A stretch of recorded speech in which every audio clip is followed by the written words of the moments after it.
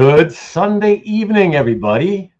Look who's with me today. Your friend, my friend, and everybody's friend, Johnny Cabot. Yay! John C. to the rest of you.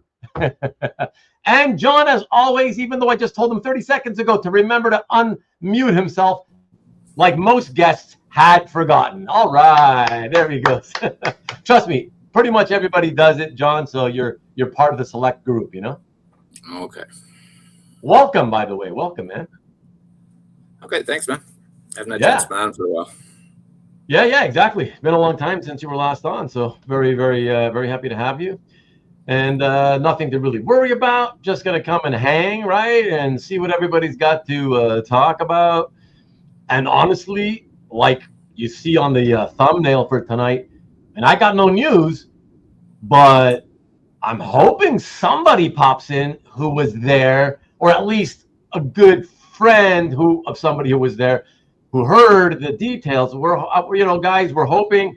And hey, don't be afraid to reach out with your phones and texts. If you know people out there who know the story, not guesswork. I'm not interested in guessing what happened. I already know generally what the story is because, of course, Bleeding Cool reported on it. But I'm interested in facts, and I gotta say, it's just, to me, like a bunch of grown-ass men in a hobby. I don't know, like grown men who say, like, they get mad at each other to the point where they gotta fight each other. like it's school, like it's like elementary school, it's just I don't know, it's crazy to me.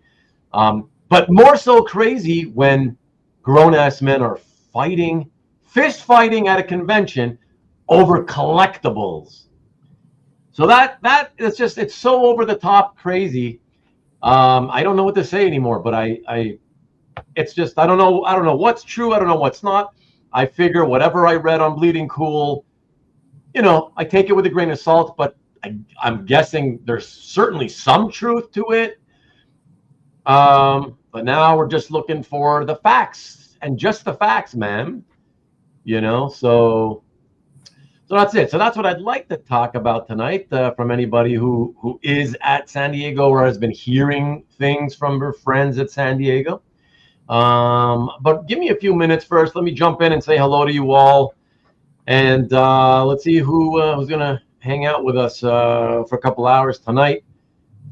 Jason couldn't be here, came in to say hello, but is traveling. So he's going to watch on Rewind. Thank you, Jason. And then we got Alberto, who may or may not stop by later. What's up, Alberto? And of course, we got Tom, the #1 Marvel fan, who says SDCC looked so damn good this year. Like, as Alberto says, you always say that about every con, Tom, and that's true. He really does. Every time a con passes, he's like, wow, it looked so good this year. Oh, that's funny. But good to see you, Tom. And who else do we have? CJ in the house saying hello to Vivian. Hi, Vivian, as well. Thank you, honey, for the support. Here she is. Wishing everybody a good Sunday.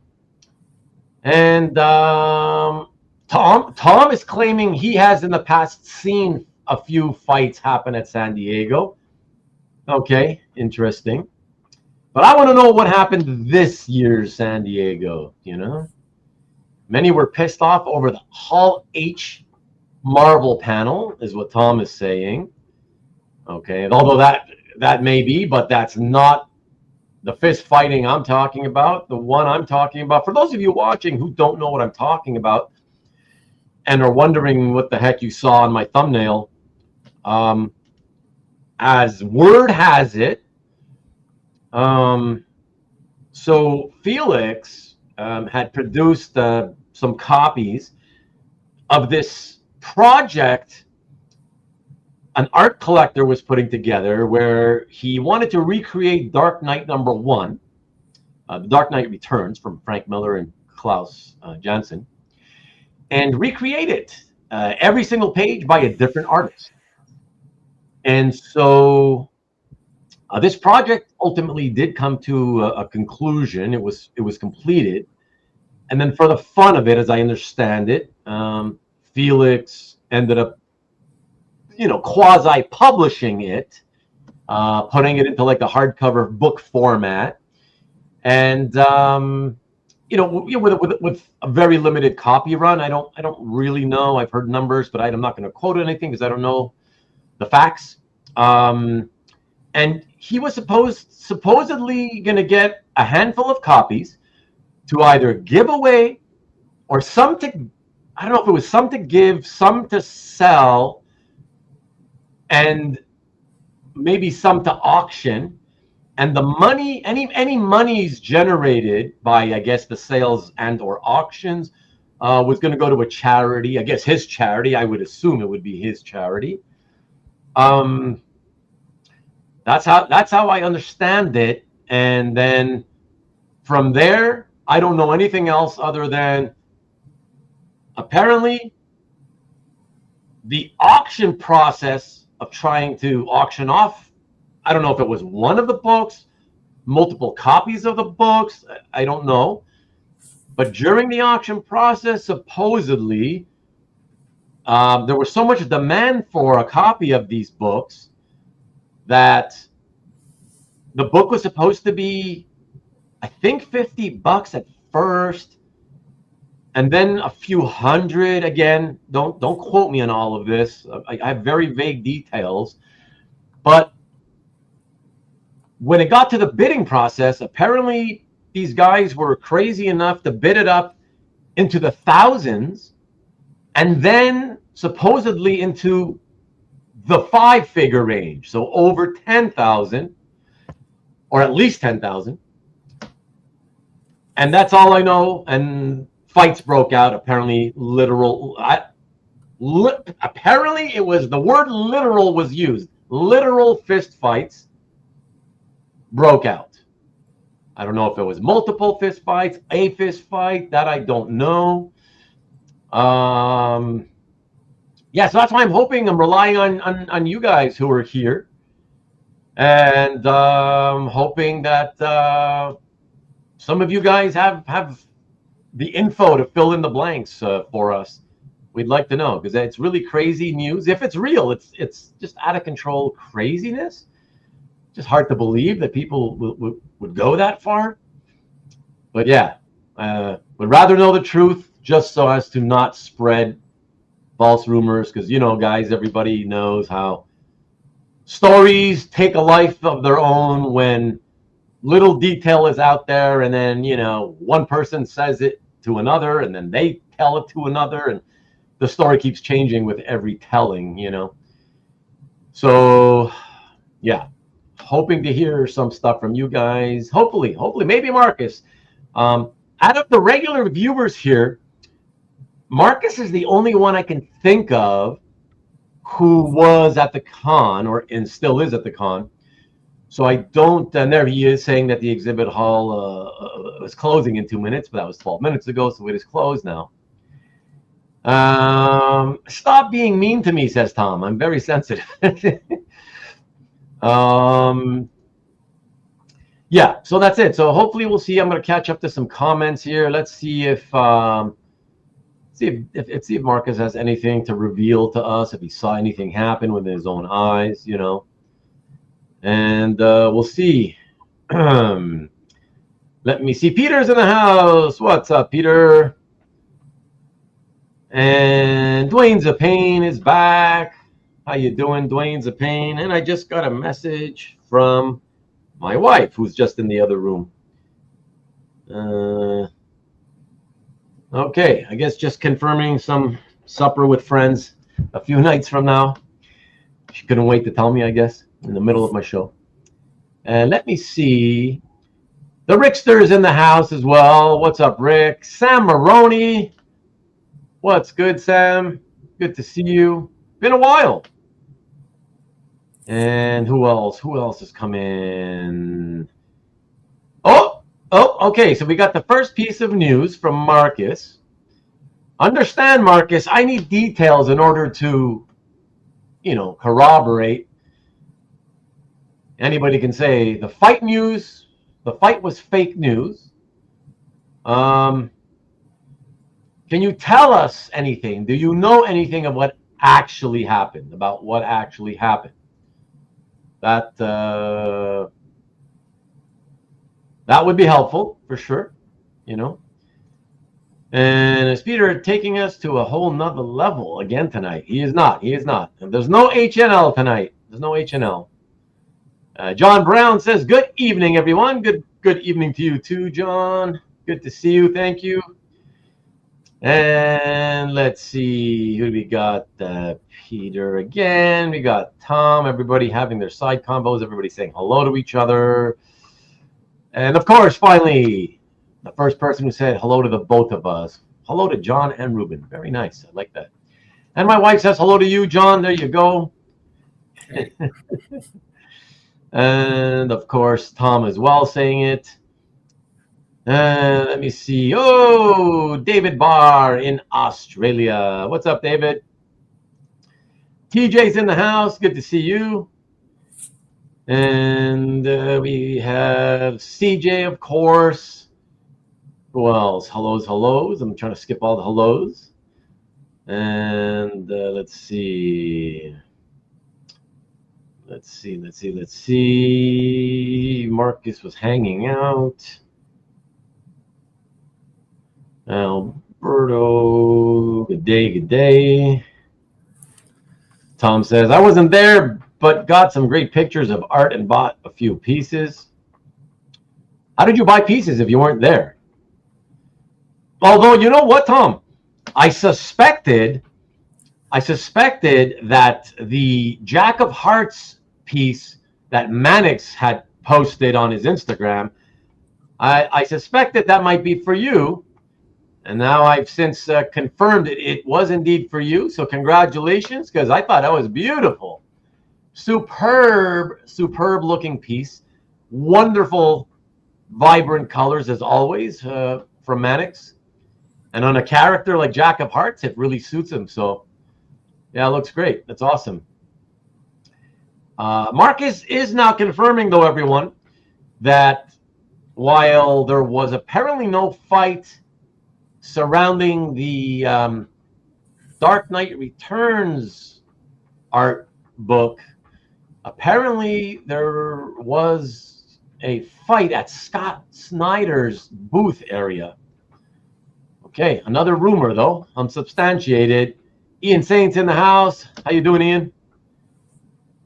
And Luis is in the house saying hello to everybody. What's up, Luis?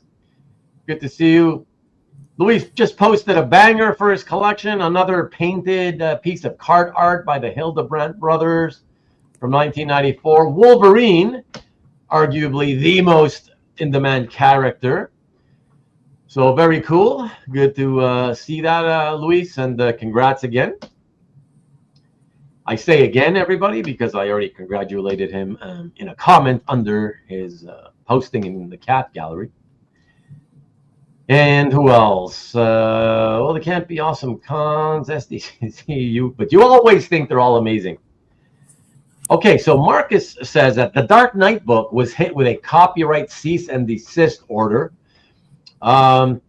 which I had also heard. I didn't want to mention it unless somebody corroborated it. And that's not surprising.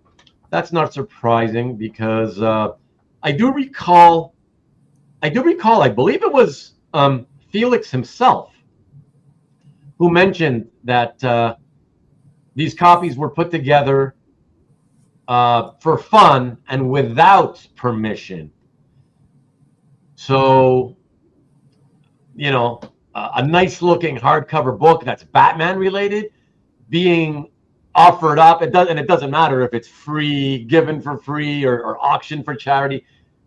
DC, any publisher worth their salt is going to have an issue with that if they get wind of it, for sure. So no surprise. So I'm curious to see what happens now with the copies. Again, I don't know how many copies were printed. So yeah, interesting. And all right, Marcus. So once again, insisting there was no fight. Okay, Fair enough. There was sort of a fight. Yeah, it's better news, right, John? Like, it's, you don't want to hear that actually happened. But it's bad news for the episode, because everybody's probably going to show up like on Rewind, seeing the photo, people scrapping at a con, thinking, what? Let me see this, only to find out within a few minutes, no, there was no scrap. But, again, ultimately, definitely better to find out nobody was getting socked in the face over collectibles, Well, Marcus said there's sort of a fight, but over at the other booth. Yeah, he mentioned Scott Snyder. He goes into a little more detail. Some guy grabbed okay. Putting in a headlock, apparently. Oh, okay. I'm getting there. That's really growing up, that list. The old headlock. Hold on. Let's see. Sam says, been hearing lots of complaints about San Diego Comic-Con security this year. That's interesting, Sam. I have not heard a single one about that. But to be honest, I haven't heard really anything about San Diego's con this year, other than, tonight's kind of main attraction of the supposed fist fight that occurred about the Dark Knight book, that now we're being told did not happen. So that's interesting. Okay, maybe we'll hear more as time goes by this over the next this coming week. So that's interesting. Let me see what else you guys have to say. Marcus saying there was no auction. Okay, that's even more interesting. No auction for the Dark Knight book. Okay. So Marcus, tell us. Was it not true? Was none of the reporting by Bleeding Cool true at all? Was any of it accurate? Because if there was no auction, does that mean it also is not true that somebody came in bidding up or offering to pay 4 and 5 figures for a copy of that book? Let us know that. That's just crazy. Too many people going nuts over this. That's Tom. Yep. I thought people only fought over Peach Momoko art at cons, says Rick. And true, Tom. Tom says that if a fight happened, there'd be video of it posted somewhere, I guess. MLB front office. Oh my God, he added even more to his already long ass name. MLB front office USA Today. Dude, please, you're killing me. Come on, man. I already got everybody to call you MLB. So why are you adding more names to it? So he says needs all the money to buy art, can't afford to go to cons. Well, there you go. And look at that, Jeff Singh. Jeff's in the house. What's good, Jeff? Jeff did not go to San Diego this year. I do know that. So the rumors are false, Jeff. You're already here and you're already finding out the rumors were false. Let me see. Comic Art Boston. Apologies for stopping by to register my like. Well, you shouldn't apologize for stopping in to register your like. That's always well appreciated. You know that. Thank you so much for dropping in and saying hello. We miss you. We miss you, Cab. Thank you, though. And let's see. What else? Everybody, of course, now saying hello to MLB and Cab. And who says, sorry, I can't stay. Do take care. And Alberto says, oh, man, no HNL. Will Ruben ever pick one of my Skeeties as HNL? I don't think so. I'm not impressed enough by that to think that he takes it to a whole nother level. Doesn't mean I don't like it. I like it, but I gotta really think it's way out there. It's not just about really liking a piece. It's got to be even way more than that. The cease and desist prevented the auction for it. Interesting. Okay, so that's an interesting piece. How about that, John? I mean, all this crazy reporting that's all false. That's so, how do you get it so wrong? That's what I don't understand about some people.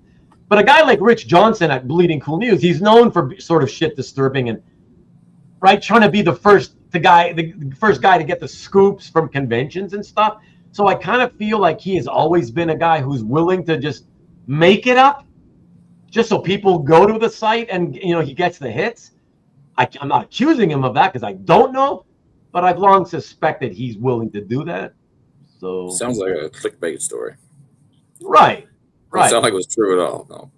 Yeah, I mean, no fight, no auction. So that means if there was no auction, there was no bidding it up into the 5 figures. So now we just have to find out, is it that somebody came by the booth and said, "Oh, do you have one available? I'll give you 5 figures for it." Because, okay, that doesn't qualify as an auction. It's an offer.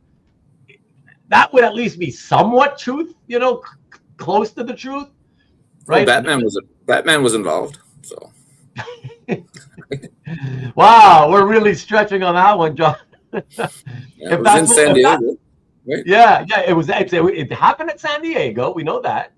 Yeah, Batman was involved somehow. Yeah, and that's about the only thing so far that's accurate.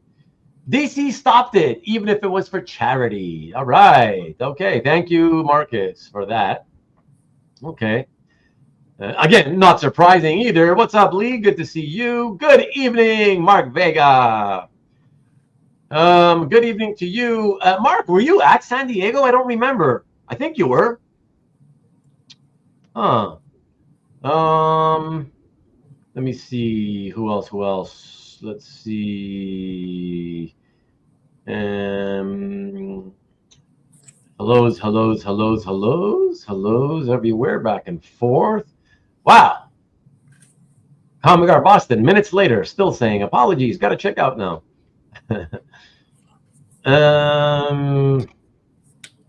Let me see. So we got yes, Mannix did an awesome job. Thanks. Yeah, indeed, fantastic. Should be pretty happy with that one for sure. And more hellos. And then we got JC Juan Carlos in the house. Look at that. What's good, JC? First rule of Dark Knight Returns Fight Club is you do not talk about Dark Knight Returns Fight Club. Apparently. Or else DC gets wind of it and they shut you down, Is that the shirt you gave Kasra? Let's see. A man on the ground, Marcus. Marcus tuning in as always. Direct and live from San Diego Comic-Con. Let me see.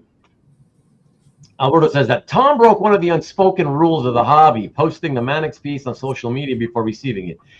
I agree with you, Alberto. You know me. I've said that many times. People will do what they want. They're certainly free to do what they want. You know what? I would like to know. I'm curious. I'd like to know how that splits up. Like, are there more people who are like us, who would rather make sure they get it in the mail before they go posting it into their, social media, gallery online? Or are we outnumbered by people who don't give a crap, and as soon as they paid for it online, they're willing to post it online somewhere? I want to think that we're in the majority on that, but to be honest, I'm really not sure,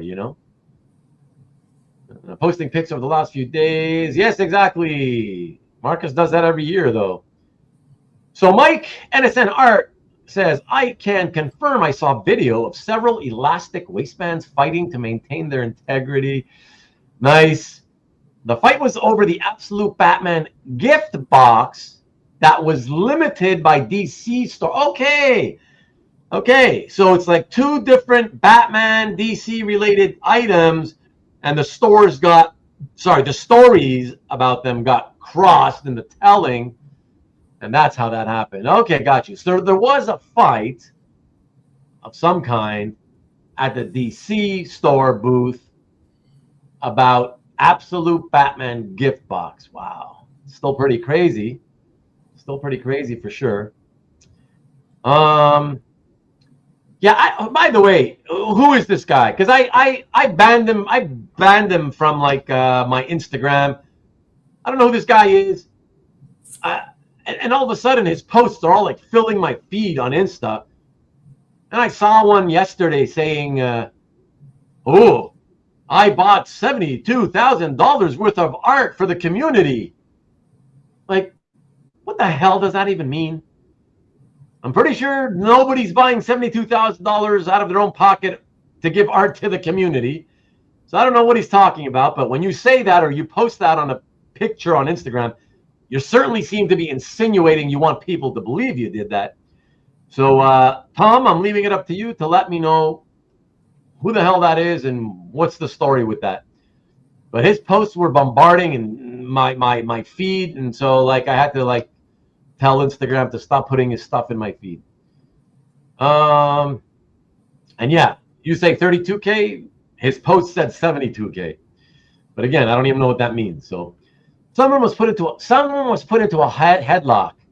But now the question is if it was one of those, you know, in the headlock, you know. But yeah, Noogie. It was Noogie. Or noogies. Like I give Arwen, you know, or I used to give Arwen when she was younger, noogies. You say something bad, do something bad, I give you noogies in a headlock. Could have been art guys doing headlocks. I watched a lot of videos, seen loads of people yelling and just pissed off. Really? I saw a few videos. I didn't see anybody yelling or pissed off. You want me to go ahead and try to generate an SDCC fight using AI to keep your ratings up? I'm good, but thank you. Thanks for the offer. Rubén doesn't do major clickbait, so a one-time pass should be okay, I'd say. Yeah. Well, no. Keep in mind, MLB. If you look at my my thumbnail carefully, I did put WTF question mark exclamation point question mark, right? Because I'm not just indicate I'm not sure if this happened or not, you know. Yeah. So all Rue needs to do is say something and ratings go up. Oh dear Lord, cut the shit, man, cut the shit. That only happens. Okay, you cut the shit too. I had an SDCC pickup. Really thankful, says Ian, to the collector that reached out to me. Nice, congrats, man. And good on the collector who helped out with that. TJ says, I just really have heard that the Ignition Pavilion was a hit. I don't even know what that is.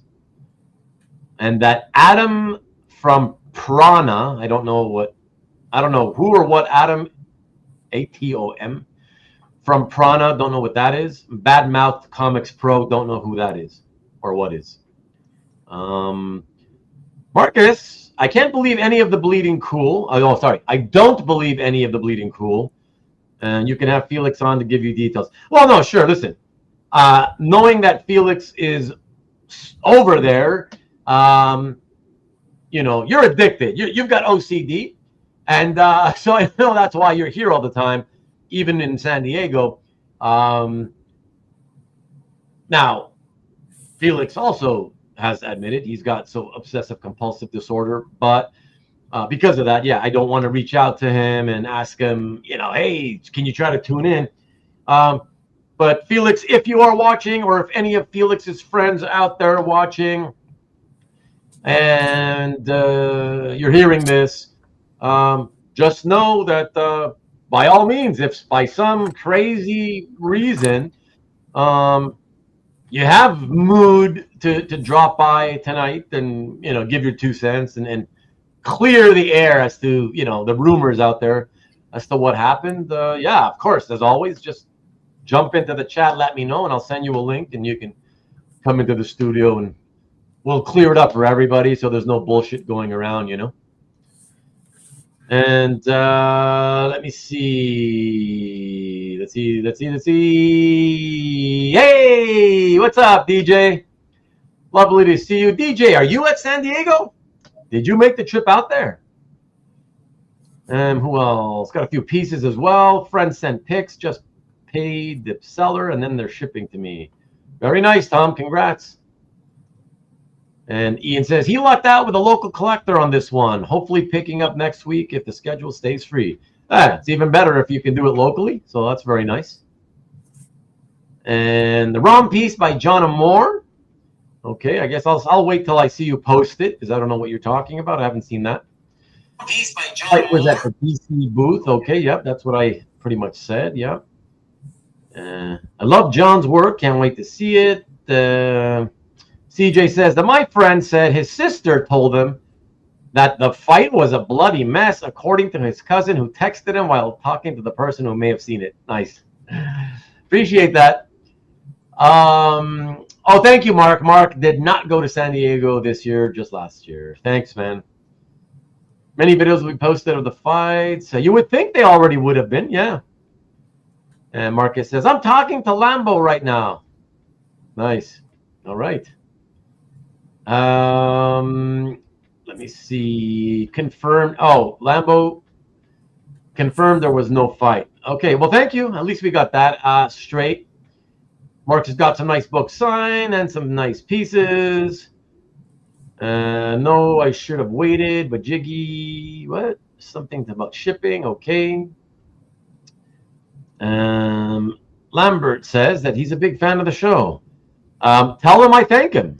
Or I guess if he watches and he doesn't skip too much, he might see me say this. Thanks, Lambert.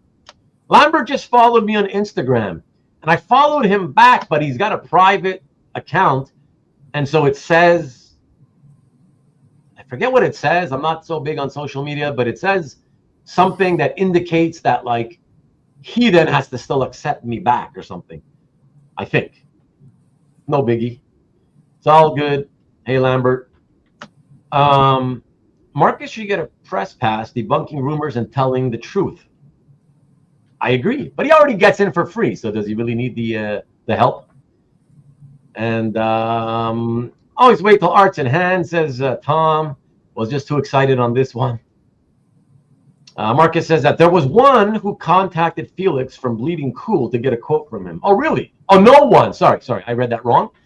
No one from Bleeding Cool who bothered to contact Felix to get a quote. That's some good reporting right there, fellas, right?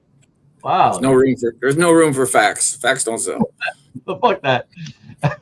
No room for corroborating, no time for it. That just wastes time, everybody. How am I going to be first to market and get the clicks if I do that? That's hilarious, man. Let me see. What else do we have here? Ian saying, Marcus, thanks for taking me to San Diego Con at home. What? Okay, that was some kind of a typo thing. Marcus, thanks for taking me to San Diego Con at home. Okay, I'll let you. You're thanking him privately or whatever, talking to each other. That's good. Nolan Ryan, one of the greatest of all time. Love to hear that name. Haven't heard it in a while.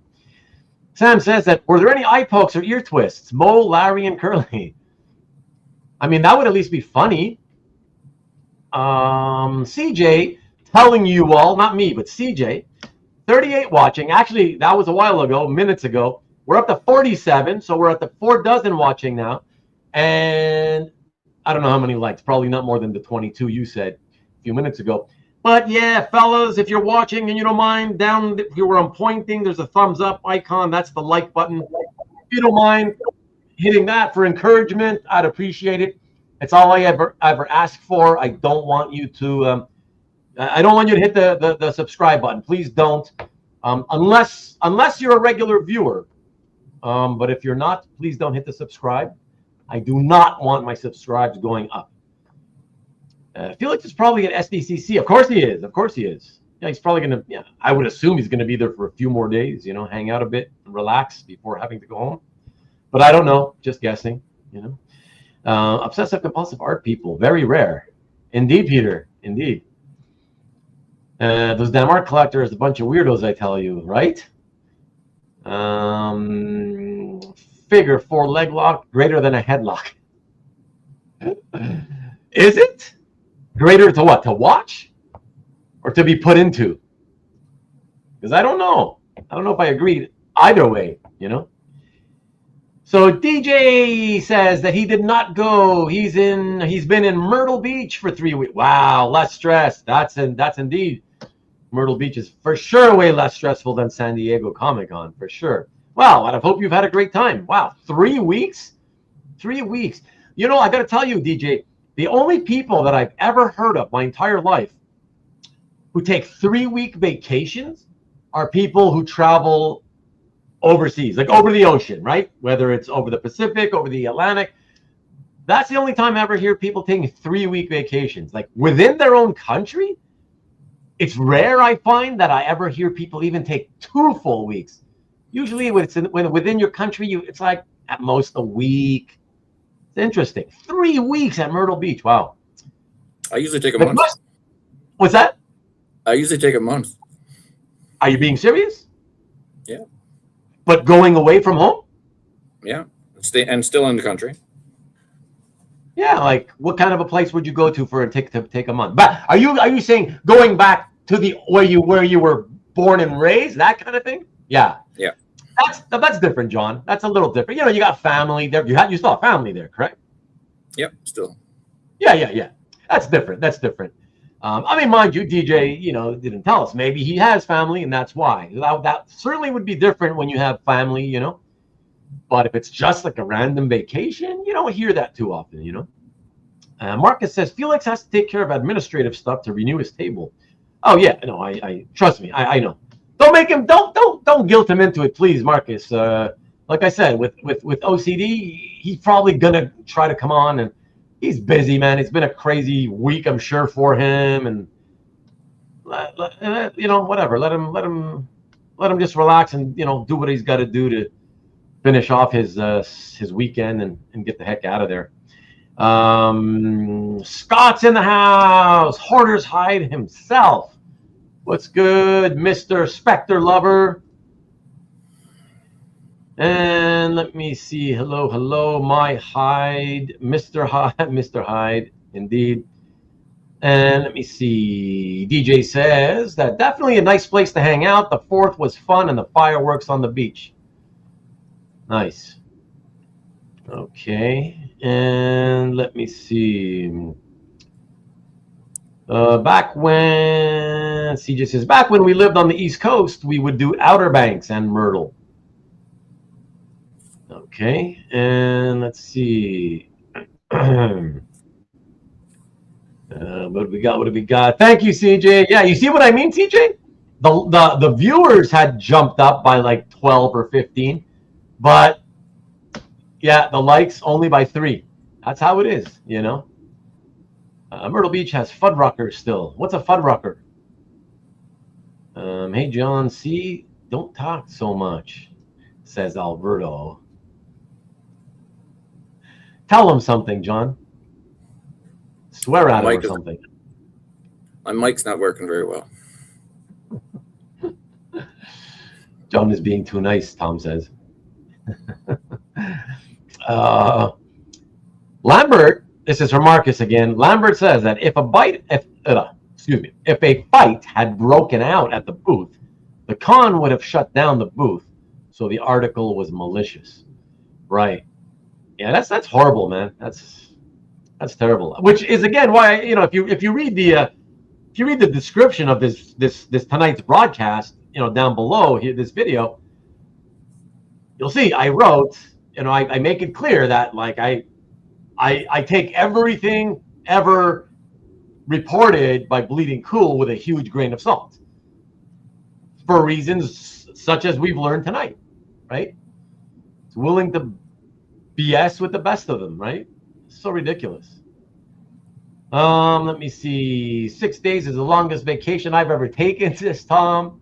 Yeah, but you got some businesses to run. It's a little bit more difficult, Alberto says, in Spain, everyone takes the whole month of August off in the summer. I know. That's different, though. That's Europe. It's a whole different lifestyle, for sure. It's very European to be taking, a whole month off. Over 2 weeks, I would worry about work too much. Exactly. I know. Even when you have people that you trust and are capable of running the business, it's like you can't help it. You want to be there. You want to be there ASAP to check in on it and see how it's going, Let me see. Marcus says, besides, Lambert and Yams would end any fight right then and there. Well, they would want to, but keep in mind, Marcus, if a fracas breaks out, 2 guys are often not enough to break it up when there's dozens of people really in close proximity surrounding the fight, right? It gets really, really hard because there's all these people. Yeah, so fights could definitely happen. Certainly even if it's only long enough to get a few shots in, So that's the thing. So that's it. Ian, you visited Eric De Los Santos. He's got a bit of collector visit time in, and now getting this show. All around a nice weekend. Nice. Good for you. It's good to get a little R&R from time to time. Look at that. Newell's back. What's happening? Stingrays in the house. And we've got look at that, Philip had seen my reminder of tonight's show on Facebook, and he posted a message on it thinking, tonight's gonna be awesome. You see, because he got taken in by the prospect that there was gonna be an amazing story happening about some crazy fighting going on. Philip, man, indeed that it's anticlimactic, but at the same time, I'm happy it didn't happen, right? I'm happy to know, like, it's kind of disgusting. You don't want, grown ass men, and not only grown men, but it's not even like they're young and they have an excuse. If you're like already really like in our age group, okay, you really need to know better than to break out into a fight, over anything really, but especially collectibles, So yeah, Philip and Tiff in the house, and Newell again. Hellos back and forth. Shaggy Wong's in the house. Hope you're doing well. Good to see you again, Shaggy. And TJ says that Ignition Press had a pavilion across the street from the Con Center. More going on than a booth on the floor. Okay, thanks, TJ. I don't know who that is. Ignition Press. Yeah.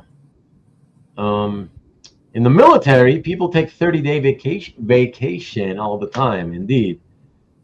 Tom is excited because a few minutes ago I said fracas.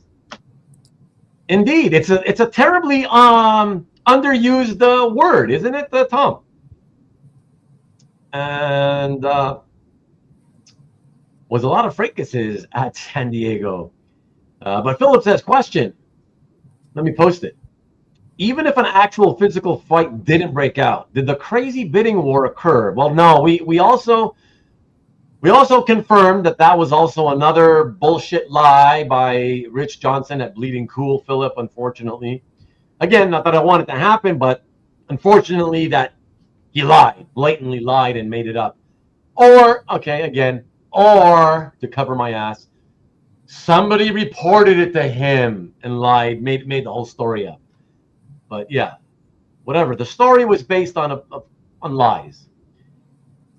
So unfortunately, that's just the way it goes, And I wonder if anybody, Marcus, did you attend the panel? Did you attend the no, not the panel? What am I talking about? Not a panel. The dinner, Brian Peck's dinner. Did you attend that? I believe that was Thursday night. Earlier than I expected, but yeah, I think it was Thursday night. From Brian Peck. If anybody did, yeah, let us know how it went. They usually, I hear they usually go pretty well. Dust stops also. You like fracas more than fracas. Oh, what do you mean? Hello, Lee. Did I skip over Lee? Where's Lee? Lee Harmon. Oh my God, Lee! If I skipped you, did I skip you? Hold on. How did I not see? I don't see a Lee. I'm going back a long way, and I don't see Lee. Hold on. Let me catch up here. You guys seeing Lee Harmon made a post? I may have quickly skipped when I was trying to skip just everybody saying hello to each other. Okay, if I did, I apologize. If you're there, Lee, hello. And Carl Sodergren's in the house. What up? What up, man? Good to see you too. And as always, you are also welcome to pop by and say hello if you want to join me and John in the chat. Always welcome. Carl in the house. Brouhaha is another underused word. Yeah, you know what it is, Scott? It's more of a word. It's more of a written word. You know, I feel like it's more useful as a written word. Then I see it more. You know, because it's more like it's like a sound. It's almost like a sound. You know, rather than a word. So yeah, I feel it's more of a written word than a verbal word. So let's see. Everybody asking Carl how he's doing. Look at that. Carl even says, "Hold up. Are you telling me Bleeding Cool is full of shit? I'm shocked." Carl knows. Carl knows. And look at that. Mike says, "So you're saying no kerfuffle occurred?" Indeed. There's another good word, the kerfuffle. Better than liking Fresca. There's Lee. I finally see him. And who else? Tom says that fracas is a very laconic word. I just say it's a good word. No Donnie Brooks either. So now everybody's got to put out their own synonym now. Donnybrook is a good one. I really love that one, CJ, actually. That's also good, old, and terribly underused. Some of these oldies but goodies that need to be brought back more often, you know? Let me see. Everyone, send best wishes to Brian Peck and his hand, I am assuming. Brian had to cut his trip to San Diego short because some health issues with his dad. Oh shit. I know his dad has Parkinson's. Oh man, I hope it's not too serious. Wow, it's funny I didn't hear that. I would have thought maybe somebody, one of his friends might have posted about it on Facebook or something, but that's terrible. So Alberto, do you know, did he cut it short in terms of he went, but then had to leave early? Or cut it before he even traveled there? Not that he has to travel far, but oh, that's man. My heart goes out to you, Brian. If you ever watch this, I'll reach out to you privately, anyways. Carl, I got the wrong piece. Yo, Tom, that's not good. Indeed, it's not good. Sorry to hear that. Let's see. What do we got here? People talking to each other. Here we go. Alberto confirming. So he did go to San Diego, had to come back yesterday. Okay. Well, at least he got the main portion of the show in, you know, because his dad fell, like literally fell down and hurt himself, that kind of thing. And I hope he's all right. It is indeed a shame, CJ. Wow. Well, you know, again, I'll repeat. It does bear repeating, guys. As much as I, you know, don't want, you know, to hear that people actually fought at a convention, even though you're saying somebody did fight at the DC booth. That means there's less to talk about on that topic, certainly. And since I didn't come in here with any other topics planned, thanks for jumping in, John. That's it for tonight, guys. The shortest show ever. Have a good one.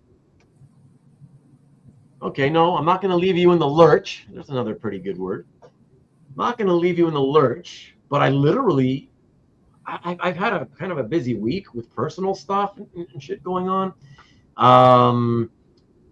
So I don't really have much to tell or talk about. Anything happening in the hobby you guys want to talk about? Bring it up, please. That truly stinks, says TJ. Robert Berman in the house. What's up, Robert? Good to see you. And any reports, Tiff asks, on the art featured from the convention? I mean, no reports, as it were. But if you're on social media, you would have seen Marcus posting videos and some photos of primarily Albert Moy's booth, because he works at the booth, but other booths as well. Yeah, but for me, I can say, I think the things that a lot of people like to hear about at conventions, at big conventions, is everybody always wants to know, oh, was there any great, like, killer piece that made its debut appearance, like some super uber sought after type, Marvel Silver Age, Bronze Age key piece or whatever, stuff like that. That's what everybody always wants to see if it happened at San Diego. I haven't heard anything like that, though. And I can also say, I kind of understand if it doesn't happen, certainly on a yearly basis. In the early days of the hobby, it used to happen pretty much every San Diego Comic-Con, and oftentimes not just one great piece, but maybe multiple, But of course, now it's been 25 years or whatever it's been since those days, and a lot of great art has already come to market over the years since those days. So it gets harder and harder for things to just reveal themselves out of the blue that people will get excited about, Quick, John, go punch someone. Are you talking about John C. or another John? I don't know. And let's see. No one here. Yeah, isn't that interesting, Tom? It seems like there's nobody in here other than Marcus that went to San Diego. Yeah. John has talked so much, I don't think I should even attempt to join the stream. Whenever you're ready, Alberto. By the way, Alberto, you've been here since the beginning. You said this hour was supposed to be you having your dinner. How the hell are you eating when your fingers are constantly busy typing messages, man? Let me see. Well, dang, let's just talk about some movies and shows watched recently. That I can tell you, Tom, that I probably have a lot I can tell you about. I've been hitting the movies pretty hard because of Peter's, Hearts, and my little movie club we got going. And so, yeah. But in fact, the three of us are meeting, though, privately tomorrow for a chat to discuss the latest list of movies, Hearts list, and then we'll get to my list. But I don't know. I'd like to talk more about comic art, to be honest. Not really. I don't really want to talk about movies, if possible. I'd like to talk more about the comic art. Work is a strong word for what Marcus does. It depends on when you're talking about. Marcus, don't you set up the booth? Don't you? Because that's a pain in the ass. Setting up and tearing down. Tearing down's not as hard, but setting up booths, it's like the worst part of going to conventions if you have to be part of the setup. But other than that, I don't think, Marcus, I don't think you do anything else, do you? I don't know. Let us know. Marcus is the most trusted name in comic news, at least when it comes from San Diego. Philip is saying, I guess a couple of AEW wrestlers did get it. Oh, wrestlers? Of all people, a bunch of wrestlers getting into a fight at San Diego a couple days ago, assuming it wasn't staged, of course. Exactly. Good one. Because if two wrestlers got into a fight, it's like bleeding cool. Can you really believe it? Can you really believe it was real? Spidey. Oh, Spidey's opening this Thursday. Interesting. Was a shit week for anything. Even Nick's show was really bad. Wasn't Nick? I thought you guys said Nick wasn't there. What happened? What did they do in the end? That's weird. Did anyone go to Hall 8? What's that, John? I don't know. Some guy I didn't know. I just logged on for a bit. There was some random guy having an art sale. Some guy having an art sale? Yeah. Where? On Nick's show. You tuned into that one? Okay. Yeah, just for a few minutes. Okay. I didn't think it was very good what he was posting, so I skipped it. Oh, okay. Yeah. It was like smaller pieces. Okay. Yeah, Kyle, I guess. Small collector. Let's see. I thought interesting that Titan got the comic. What? Titan got the comic and text publishing license for Burroughs. Why interesting though, TJ? Why interesting? Because I mean they have the Robert E. Howard license now. I find that interesting. I find it weird that all these decades later, after he first got introduced to comics in 1970, Conan is being published by a UK publisher like Titan, as opposed to, one of the big American publishers. That I find interesting. But having said that, I think it bears mentioning a lot of people have mentioned online, not people that I necessarily know. I've read people mention, quite a few, that the Savage Sword title that they're doing is very good. Like they're saying it's really well done, all of the Conan material. So, yeah, good. I got tickets for Spidey. Yeah, I won't be going until it's for free. Jeff says, I think there was a big sale of an ASM Ditko splash. Asking price $1 million. And it may have sold. So that's another rumor, folks, until we hear a little more specific details. Thank you for sharing that, though, Jeff. Jeff, do you think that was like private, though? Do you know if it was like a private behind the scenes or behind the booth type thing? Or like a piece of art at a booth being displayed and then, right? And then a deal was potentially made. And let me see. Tom thinks Spidey's going to be awesome. The movie we're talking about. Let's see. Steve Musolito in the house. What's good, Steve? Good to see you, man. And thanks for dropping in as always. Always good to see you. And Ian says, is anyone here going to be at the opening of the Lucas Museum? I know somebody who's going to be there. And then after being there on Saturday, the next day, night, he's going to be here to tell us all about it and hopefully show us a lot about what it looked like. So that's going to be a lot of fun. I'm looking forward to that. And let me see. Let's see. Who else? Philip says that I got a free movie pass to my local theater because IMAX projector had issues when I went to see The Odyssey, so I'll be using it on Spider-Man. Oh, okay. There you go. And there you go. That's the gentleman I was just speaking of. Marcus Going, September 5th. Let me see. Dwayne's a Pain says Masters of the Universe was not as terrible as everyone made it out to be. So you enjoyed it. I'm not going to watch it because I was never a fan of the cartoon or the toys either. So I have no interest in watching that. But I'm glad to hear somebody thought it was good. Let me see. What good pieces did you see posted on this week on CAF? Well, I don't know. I don't know. You're catching me at the wrong time for that. I'm not thinking about it. So, I mean, there's always nice pieces. There's always plenty of nice ones. But H&L is for like, really up there, in my eyes, anyways. Let me see. Peter, big red one, any good?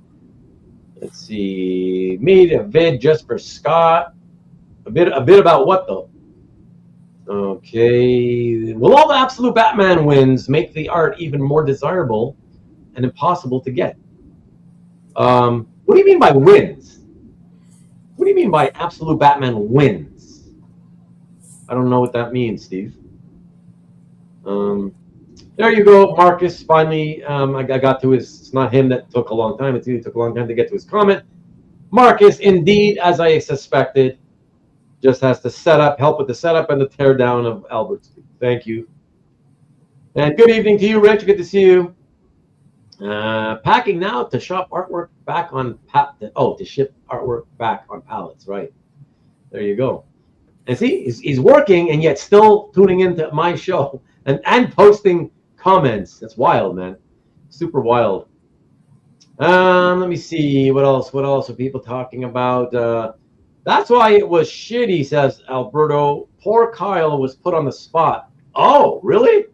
Okay, so that's Kyle. Yeah, he's like the producer of Nikki B's channel, John. The guy who was selling the art that you saw. Yeah, I figured he worked there. Yeah. Okay. Oh, so they got him in last minute. I don't know why. Like, if that happens, like, why don't they just take the week off? I mean, it's just, what's the point? You know, if they're gonna be there like kind of chickens with heads cut off, and you know, like, oh my God, what do we do? Okay, Kyle. Hey, why don't you try to offer some art? You know, it's kind of weird. It's not easy to do that too when you're kind of on the spot. So I'm sure Kyle tried his best. Yeah. Shaggy says that he heard Albert's booth had some more incredible Jim Lee X-Men artwork again. Well, I don't think that would be a surprise to anybody. Should have been skipped. I don't know what you mean. What should have been skipped? Oh, the show. Yeah. You're probably talking about the Nikki show. Yeah, that's it, you know. And what? Nick was there. So Nick didn't go to San Diego because he had to stay behind. And he was on the show, but never went on camera? Okay. That is very weird. He's there, and he didn't go on camera, but you know he's there, which means you're hearing his voice. It's the only way you would know he was there. But didn't go on camera, and they still went on with the show and forced Kyle to kind of do a de facto art offering sale. That's so weird, man. That's so weird. And you know what? Hey, guys, let me catch up. Chuck White's in the house. Titan is doing a great job with Conan. You see, guys? There you go. You got a reader confirming it right there. Thanks, Chuck. Excellent. Is Jim Zub still writing it? Yeah, that I don't know. Let him know. Jim Zub writing the Conan? Jeff is asking or saying Mike Thibodeau was a dealer. Oh, Mike Thibodeau's the one with the Ditko Spidey splash page. Wow. Okay, interesting. Thanks, Jeff. Interesting. Ilya says Conan and Robert E. Howard copyright laws might factor into that. Maybe, but I don't know. Yeah, I don't know. I never read anything about it, Ilya, you know.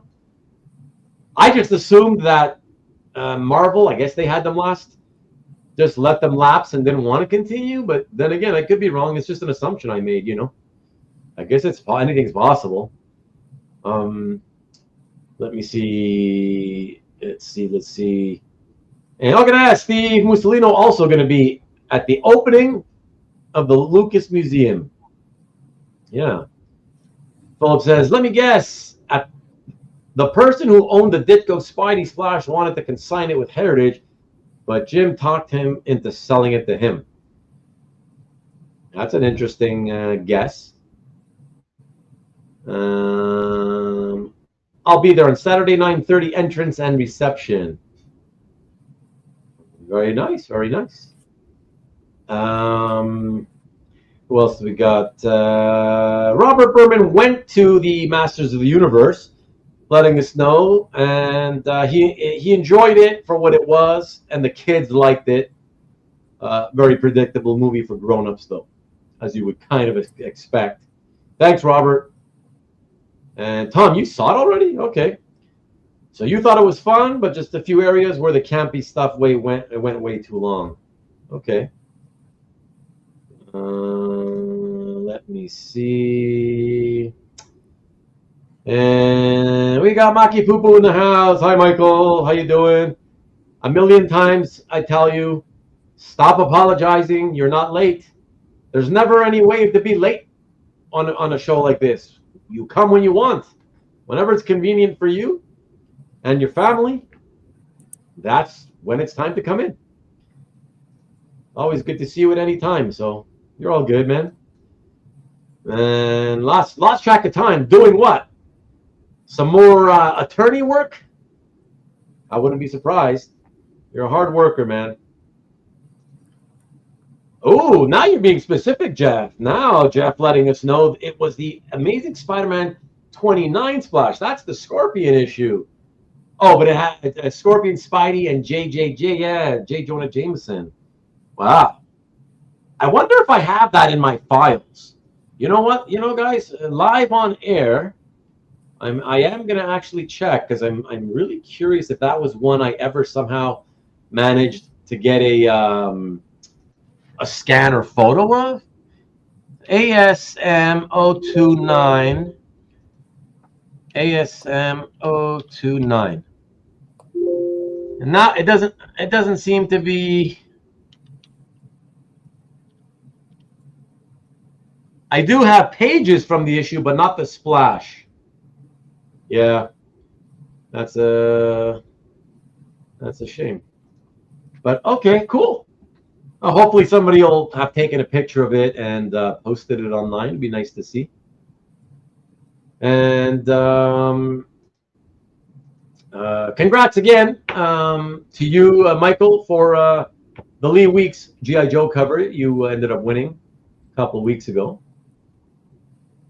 And TJ's out of here, says he's got to run, has to go with deal with the work issue, try to swing back around later. All right, later, TJ.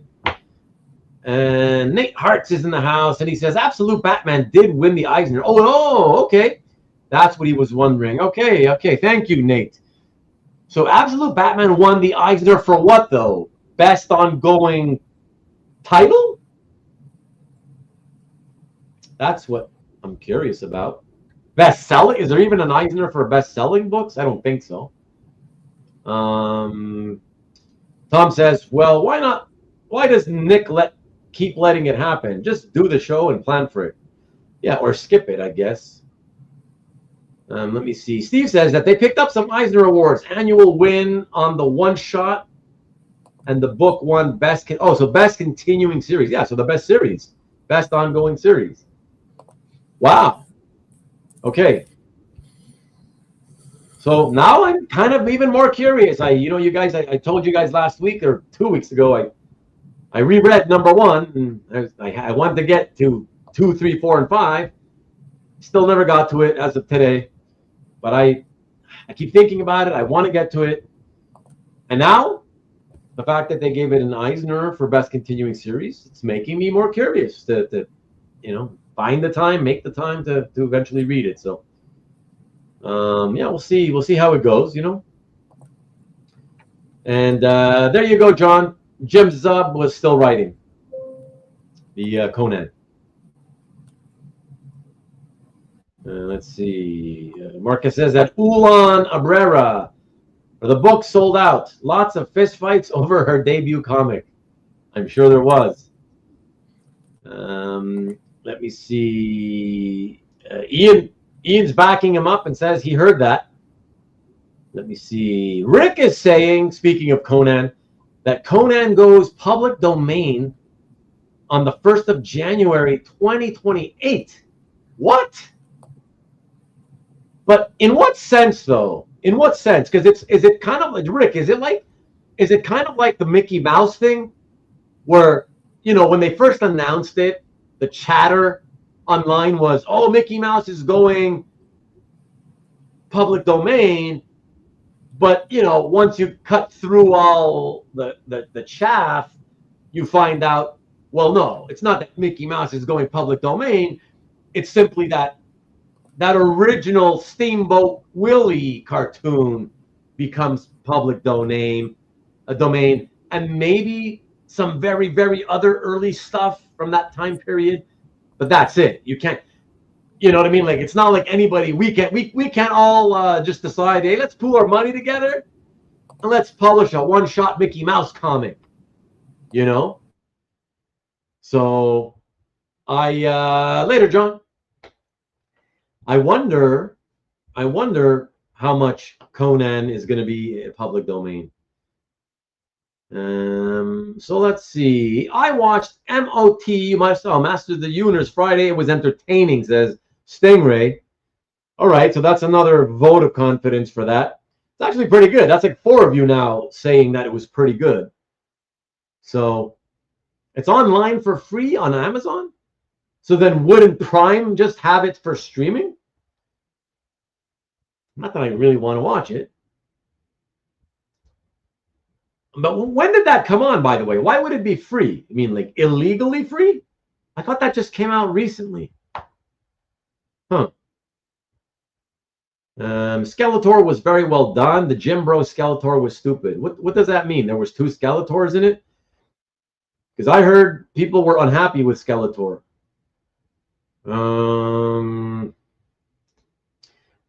Jeff says that Ruben has scans of every Grommet page on his computer too. Of course I do. Why wouldn't I? Of course I scan everything as soon as I receive it. Unlike a lot of you, which surprises me. I always thought that was something everybody would do, you know, just to get it out of the way and not have to worry about it in the future. You know, this way you don't forget. This way your art collection doesn't like pile up, and then eventually when it starts piling up, you know what happens? You start getting like overwhelmed and like, I hate scanning. Oh, I don't want to, I got so many pages I got to scan. I don't want to start getting into that. Forget it. You know. And then you start taking crappy quality photographs to post on your cap gallery, you know. So I'm proud to say that, yeah, I got all my stuff scanned on my computer, Jeff. I don't know why you would mention that. And I like to think that you also have it all scanned. Your collection, that is. You're very welcome, Michael. Yeah. Well, I don't know if you were very lucky to win that Lee Weeks cover. I mean, you paid good money for it. That's not a small price piece. So you went on it. You went for it hard. And, man, you turned out the winner. So, I mean, you wanted it badly enough. You got it. I think it's deserving. You know, that to me, that's deserving. So, yeah. Thank you, Nate, for confirming about best ongoing. Yep. On Absolute Batman. And Steve says that #1 of Absolute Batman is on the 19th printing. I know, it's wild. So crazy, man. Let me see. Bleeding Pooh. That's what it should be actually now, you know. Especially after tonight, after finding out it was all bullcrap, you know. Nick just bought the license until 2050. On what? Winnie the Pooh? However Conan looked at the time. Let's see. Rickster says, certain copyrights, the stories expire. Okay. Got you.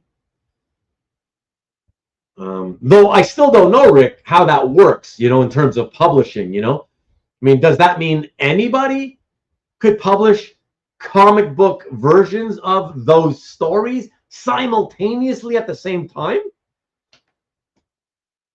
I mean, that's pretty wild if that is the case. But yeah, I don't know. I guess we'll see as how it all sort of breaks down, you know. Nate says that he has made some homemade artist editions. My latest one was from the scans of the Alan Moore Swamp Thing, Beset Beach, and others. Okay, that's cool. And you turned them into books. That's pretty cool. Yeah, I mean, it's different, obviously, you know, because it's a vanity project you do for yourself. That's a lot of fun, right? Make yourself a nice copy, for sure. Yeah. Speaking of Tom Grummett collection, I have no comics really, but I years ago, in the years leading up to COVID, I was slowly but surely going to the local store and to their dollar bins and reaccumulating the Tom Grummett run on New Titans after George Perez left, because it had never been collected. And I thought, you know what? I'm going to spend a few $100 and I'm going to make my own, not make my own, but pay somebody to make me a 3-volume set of that run. And I had all these ideas for how it would look. But then COVID hit and whatever, the whole thing fell apart. And I haven't moved forward with it since then. But yeah, making your own version of these, I think it's kind of fun, just because they're still unique and one of a kind, you know. And you know, yeah, they're not licensed, but as long as you're not trying to resell them to people, they're very cool for sure. So interesting. Okay, thanks, Newell.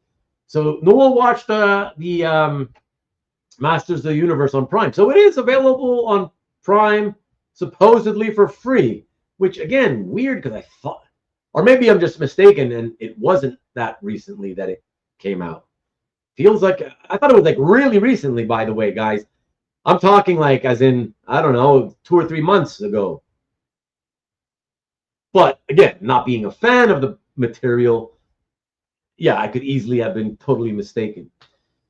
And let me see. Okay, another confirmation by Robert that Prime has Masters streaming for free. DJ also. Okay. And see, look at that. So I don't get it. So what was Tom saying earlier? Because, you know, you're saying Skeletor was played for laughs, which is not a good thing. Because he's like the cool-looking villain. He looks cool, you know? But look, and then right after you have Newell saying Skeletor was one of the best parts. And then there was that earlier comment where, you didn't clarify, I think it was Tom, who says you made it sound like there was 2 Skeletors, and one was good and one was bad. I don't know what that was about. Somebody might want to clarify that. But yeah, this is confusing. Skeletor being played for laughs and somebody saying, oh, Skeletor was one of the best parts. Like, oh boy, okay. That's oddly opposing views, you know. And Tom says Skeletor was very well spoken. I don't know what that means. What you mean exactly? Jeff saying that I meant that every Grommet page ever, even the ones you don't own, right? Okay, definitely not every Grommet page ever, but I definitely do also own a lot of scans of Grommet art that I don't own. That's right. You are right about that. But not every page ever, no. Oh, like my early ASM image collection. Right. Thank you. Scan everything too. 600 DPI tips. Wow, that's for publishing though, Nate. You don't need to do that. You don't need to do that unless you think, you know, you're going to give it to somebody for publishing. But here, and I get, you know, you're making your own. I get it. So I get that, right? So that makes sense. That's fine. But I got to tell you, man, I have made prints before, right? And they look really damn good. And I used 300 DPI JPEGs, you know? And I also got to tell you that while people who make like a newspaper strip reprints, right? They always reach out to collectors and ask us to like submit scans. Most people who do that, they ask you for like 600 DPI, save them as tips, you know. But I got to tell you, some of those reprints, some of those guys, they're happy with like, okay, yeah, as long as it's 300 DPI JPEGs, that's fine. And it ends up looking pretty okay. So I don't know. I feel like it's at a certain point and above, I feel like it might be overkill. I don't know. Let me see. Philip says, I might be one of the few people who thought Project Hail Mary was too cute. No comment because I didn't see it. And let me see. Mark says, oh boy. Mark was really upset at watching Masters of the Universe. He said it was dog shit, in his words. The source material was always thin to begin with. Well, I would agree with that. But, okay, dog shit. Okay, well, I'm glad I'm not a fan. You know, I never had any intention to watch it. So even the few people who said, yeah, it was decent or pretty good, you're not going to get me to watch it. It's not enough to get me to watch something like that. And by the way, in case you're wondering, no, I never watched the Dolph Lundgren version either. Yeah. Ruben's computer needs as much electricity as a data center. Are you kidding? A lot of you guys have way more powerful computers and more things on their computer than me. Robert is asking, what's the draw of Absolute Batman? The art, the story, the characterizations. Again, Robert, I personally only read the first issue so far, twice. So I'm not going to comment. But I do wonder myself, which is why I do want to continue reading it. I am looking forward to at least finishing the first story. And then let me decide from there if I want to read any more. You know? And MLB, okay, still talking back and forth with Peter. Ian said, sorry guys, kids say they made a spa and I get a back massage. Nice chatting, gotta go. Later, man. And anyone can, yes. So Stingray says public domain equals anyone can use it. I mean, I know the general definition of it. I know that. But there always see if you look deeper into it, Newell, you always find out that there's more complicated rules, if you will, you know. That's why. But I did notice that there's Winnie the Pooh horror movie things happening. It's so weird. So weird, man. I mean, just because something went public domain, it doesn't necessarily mean it's a good idea to use it for your crazy idea, you know. But hey, I guess, you know, and any attempt at saying, hey, if it sticks, I can make a lot of money, and it didn't really cost me that much because I didn't have to pay the rights to it, you know. Yeah. And Nate says that, yes, that's the way I can just pull it off the shelf and pour over it. Yes, the collected editions we make ourselves. Exactly, yeah.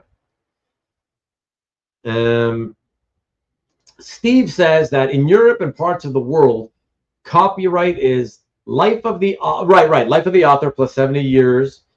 Robert E. Howard's original 1930s prose stories have legally entered the public domain already. I mean, apparently some of them only, not all of them. That's the thing, but so I don't know. We'll see. Steve is saying also that he's seen The Frost Giant's Daughter done by so many different artists. Well, but that's only, but you've seen them, but not at the same time, right? You've seen them because it's been drawn by, well, Marvel at first. In fact, I think they may have done it in the Savage Sword and in the color comic, you know. And then I think it's possible it was redone when Dark Horse had the license. You know, so every time they've done these things, it's because somebody had the sole license. I don't think that story's been done a bunch of times in the short time, you know, that. Well, like I said, like Rick said, it hasn't hit the public domain yet. Only in 2028, right? And by the way, Philip, let me see. Philip, speaking of Prime, did anyone else have issues watching Spider-Man Noir in black and white? Did anyone even watch Spider-Man Noir? So we already did a show, Philip, that you missed. My thumbnail, you can catch it if you're curious. The thumbnail was Spider-Man Noir. So that's how you know that'll be the episode which we talked about it on. And I got to tell you, I was shocked that most of the people here had not seen it. I was expecting that most people would have watched it. I was very surprised to find out that nobody really cared to watch it. I'll tell you really quickly, since we already talked about it. I really thoroughly enjoyed it. Give it a nice solid 8 on 10. And I watched it, to answer your question, I watched it in color because black and white wasn't even available on the screen for me. There was nothing on the screen that indicated I could click a button, even though the words came on. The words came on the screen to say, hey, you have a choice. Watch it in black and white if you want. But there was some sort of glitch, I guess, because there was nothing I could click to choose the black and white. And I watched it in color. But the color was, I thought, really very lovely. So I was good. I was good. Oh, that's true, Rick. Rick says that Conan is already in public domain in the UK. Funny how it works, right? That public domain stuff. How it could be public domain in one country, but not in the rest of the world. Yeah. See, MLB remembers I had a show on it. Yep. Yeah. Yeah, Newell says it's almost like everyone likes different things and should experience things for themselves and form their own opinion. Almost, yeah. You see, that's what I'm saying. See, Nate, you see, Nate, and see, okay, so you're agreeing with me too. That yeah, 300 DPI JPEG, yeah, it still works, you know. Yeah, for printing. And Jeff saying, I scan at 600 DPI and I'm getting 18 by 24 scanner. Wow. And it scans at true 600 DPI. They told me that the other lower end scanners that cost under $5,000 scan at somewhere between 150 and 250 DPI, even though they claim 600 or 1200 or what have you. You know, and they extrapolate to those higher numbers. Yeah, interesting stuff. Let me see. So Mark chimes in again and says that the absolute universe represents a fresh start for a lot of readers. I'm sure the continuity will get convoluted at some point, but it's refreshing not to have to be familiar with a decade's worth of stories. Yeah. So there you go on that. That's the absolute Batman talk, of course. And Rick saying that commercial publishing rights belong to Titan on Conan. And Ilya saying that trademarks differ from copyrights. Right, interesting. And let me see.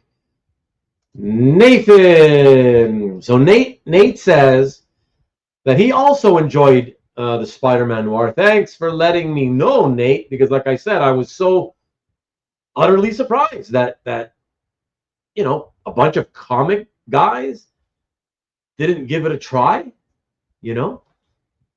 So and you know what's funny is I decided to give it a shot, even though when I first heard about the comic, I thought the idea looked and sounded stupid, you know.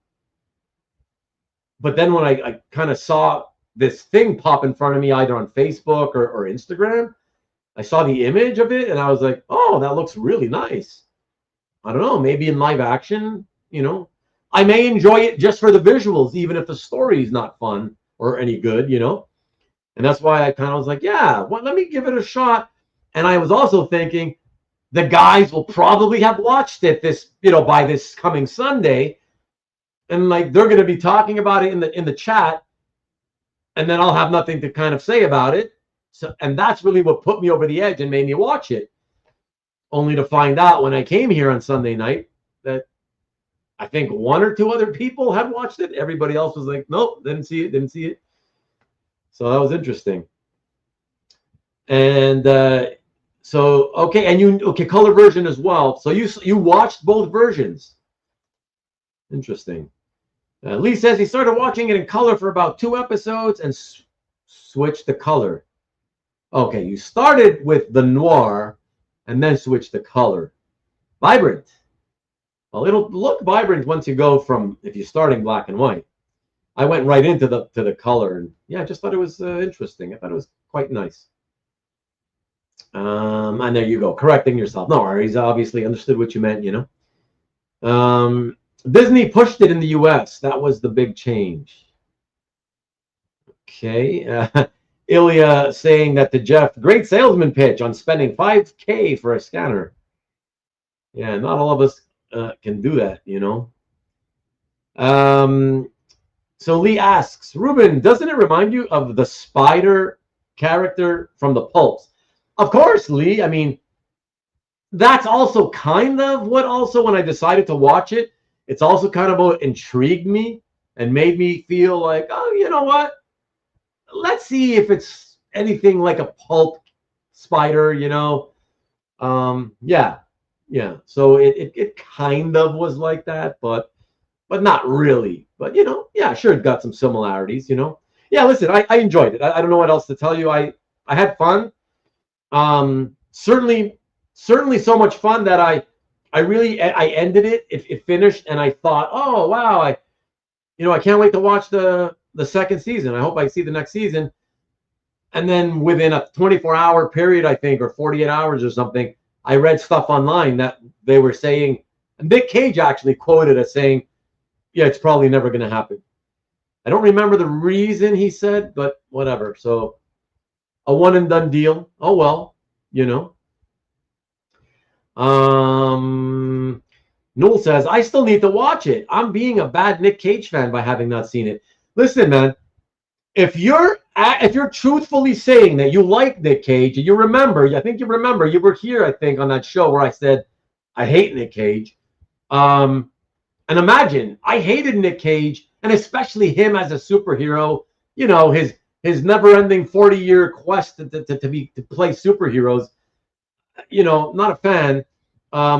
So if anybody's curious about Spider-Man Noir, I think it might say something to you coming from me, a guy who always hated Nick Cage, generally speaking. I mean, he's a pretty good actor, I suppose.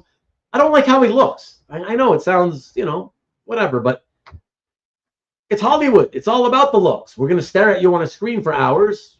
I'd rather, and yes, not everybody has to be conventionally good looking or pretty or beautiful, but certain actors, their faces, I don't want to look at, Anyways, but if you're a big fan, though, Noel, in all honesty, and you're a big comic fan, at least check out the first episode and, watch it on a case-by-case basis, one episode at a time. If you like it, give the second one a try. If you like it enough, okay, give the third one. And then at any point, if you're like, I don't like it enough, just stop. If you're able to, of course. I know me and a lot of people, we still have that completist mentality, and it's difficult,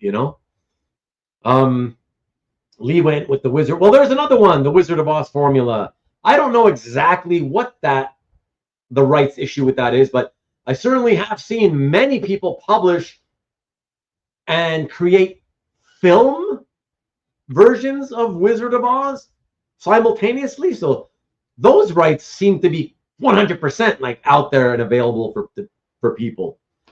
I guess the only thing you can't do with Wizard is if you're, for example, making a comic book, you can't make the characters look like they did in previous comic books, which of course in most comic books, they were based on the movies, right? On the original movie. So you just can't, you can't use the likenesses of those actors, right? So that's it.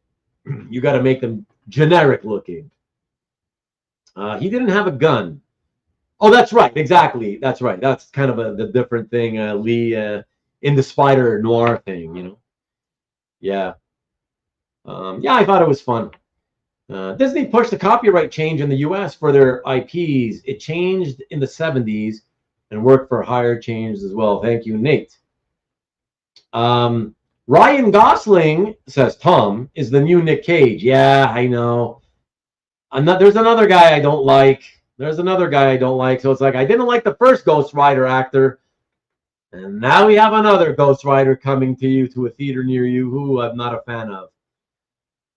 I will say I'm kind of intrigued by what he said about, he has a very specific vision of a very specific story from Ghost Rider that he's going to do. So, yeah, I'm curious. And I'll say it, only because I so desperately hope it's pre-90s Johnny Storm version, stuntman version of the character. I would love like a kind of retro 70s or 80s style Ghost Rider. Or, I'm okay if it takes place in current time, but I would love the leather jacket Johnny Storm always wore. Johnny Storm, what am I saying? Did I say Johnny? How many times did I say Johnny Storm? What's his face? Whatever. Anyways, yeah. the hell's his name? But yeah, the original Ghost Rider. And no, not the cowboy version. Superfacial? Or do you mean superficial? Gosling could never what? Play the part? I still love Nick and Valley Girl. Like, totally gagged me with a spoon. Well, I did watch that. My darling daughter, hi. Been out all day at Fantasia. Hey, do you guys in the States ever have this thing called Fantasia? Sorry for the interrupting my own Valley Girl talk. But we, for like the past 35, 36 years in the city here, every summer we have Fantasia. It's a film festival where they play primarily Asian film. And well, at least back in the early 90s when I used to go, it was primarily Asian films. Arwen is telling me that it's all kinds of film. Do you want to tell me a little more than that so I can relate to everybody, since you're not brave enough to come on camera? Yeah, it's from like Denmark, Italy, Portugal. But like Korea, Japan. So there's still a lot of Asian stuff. The States. Yeah, and America. Yeah. And today there's a lot of horror movies. And today was the day for a lot of horror movies, everybody. So I used to go back in the early 90s, and I haven't been since.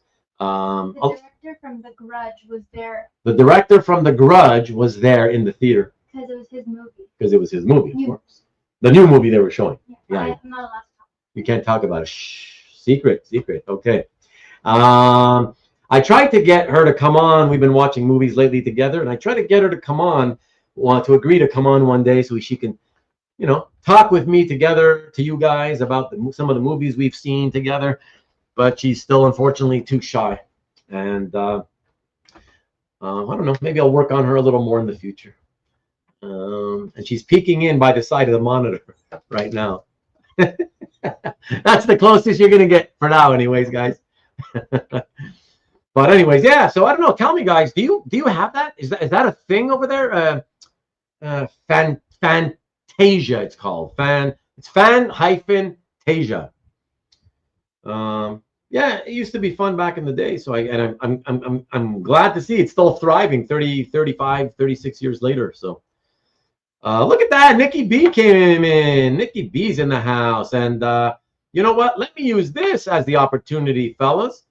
Let me use this as the opportunity here. Because I was going to do like middle of the show, but I guess this is kind of middle of the show. Yeah. So let me do, nobody has a video tonight. So I can just do a quick promo for Nikki B. All right. Let me get this. Let me see where it all is. And then I'm going to get the, I'm going to grab the link. So here. So obviously this coming Friday, just like every Friday, all right, check this out. Nikki B's got Christmas in July again. Christmas just never ends on the EXP. And it's the end of July extravaganza on the Original Art Experience. All right. And I will, as always, give you guys the direct link to this coming Friday show. So for those of you who are not subscribed and don't get the notifications to it, at least you can go and maybe check it out now and just bookmark it if you want. All right. So there you go. Check that out at that link right there. Christmas in July, this Friday at 7 o'clock. Here, let me show you. 7 o'clock Eastern, 4 o'clock Pacific, right here on YouTube. Very cool. And he said it's going to be wild, by the way. I just added, throwing that in there because he did tell me that it's going to be wild. We'll see what he means by that. Wild on super cheap prices, maybe, Nick? I don't know. Show up on Friday and find out. Although, knowing Nick, he's probably in the middle of typing messages and letting you know right now. So So let's see. Let me catch up to where I was. On the comments. Let's see, where are we? And of course, thank you, Nick, for trying to rally the likes. Not too many. If you don't mind, everybody, down here somewhere where I'm pointing, the thumbs up is there. That's the like button. If you don't mind doing that.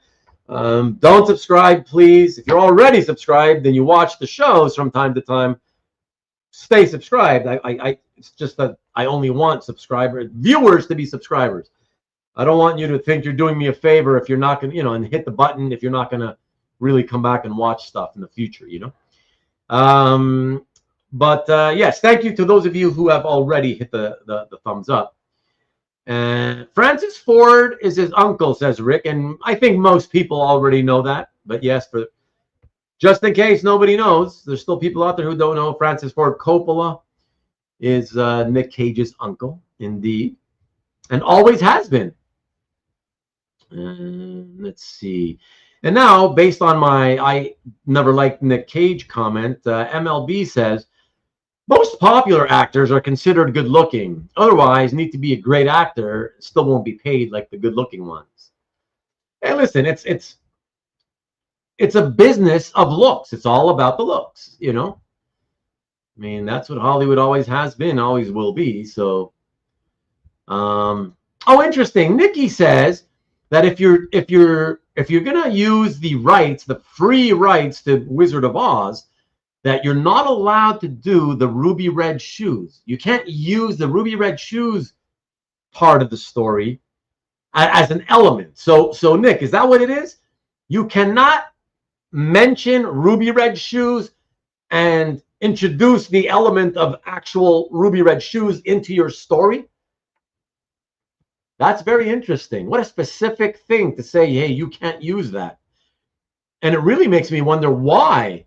Why is everything else free reign, but you can't use the shoes? That's so bizarre. Very, very interesting, though. Man, these laws, right? These copyright and trademark laws are so interesting. Pretty fascinating stuff.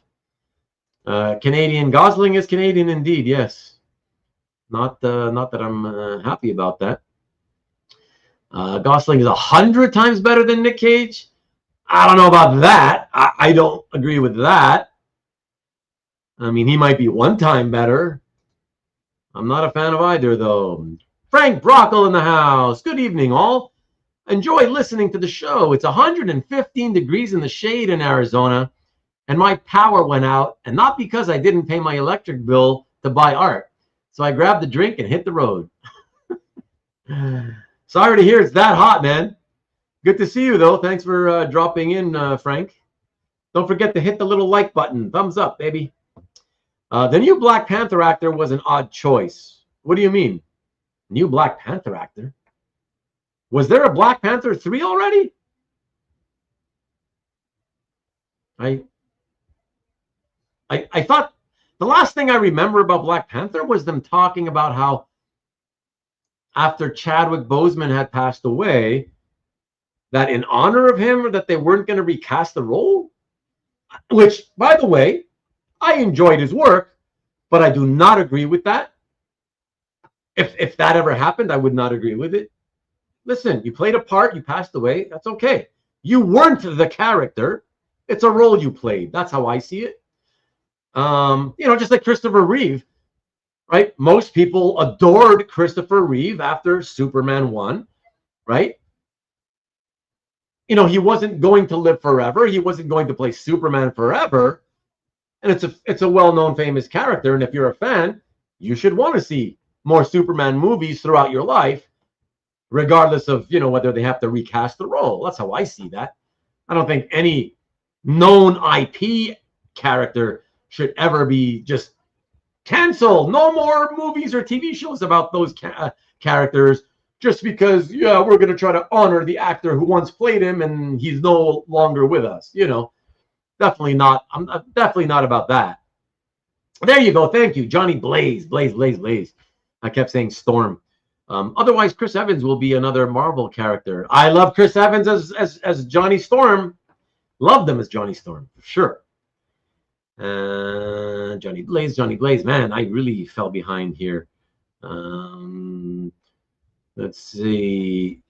Is David Johnson cool enough to play the Panther? So that's the name of the actor who's going to replace him? I don't even know who that is. I don't know that I know who that is. Evans in the house. What's up, Evans? I don't care for actors. You mean you don't like to watch movies? But I thoroughly enjoyed 2 of RG movies, Blade Runner and Drive. I was going to say Ridley Scott, but no. What's RG? Ryan Gosling. You know he's cast as Ghost Rider now? Oh, yeah, that's what we're talking about. Oh, right. So Ryan Gosling. Okay, you enjoyed that. Yeah, well, I'll tell you one thing, Evans. I noticed on IMDb that new Blade Runner movie has a really high rating. I forget how much, but it was over 8. I was like, wow, for a remake, or was it a remake, or just a continuation sequel? Whatever. Either way, yeah, pretty surprising. But of course, I have friends who said that they really loved it, which surprised me too. But that's good news. Let me see, Fantasia, the Disney movie. No, but I did see that in the theater when I was 11, I want to say, early 80s. That was pretty fun to see the movie in the theater, I mean. And 48 watching, only 40 likes. That's okay. That's pretty good. If the average episode tends to get, I'm happy when it tends to get, I'm always hopefully it gets 50 likes or more, So anytime it goes above that, it's cool. Which reminds me, speaking of likes really quickly, I haven't checked in the last couple of weeks if that record breaker episode, the one that went over 1,000 likes, I think it's over 1,100 likes. And I haven't checked if the likes, views. I haven't checked if the likes, which were at the time at 96, I haven't checked to see if they got a few more likes just to finally hit that 100 like mark for the first time on my channel. If I remember, I'll check later after the show. So Nate says he's playing his son. I think Secret Wars, he's going to age up. Oh, so there's still a Secret Wars movie coming? Okay. Let's see. Let me see. What else is there? Introduce a new demographic to my show. What do you mean, Lee? What does that mean? Speaking of introducing somebody to my show, what happened to John?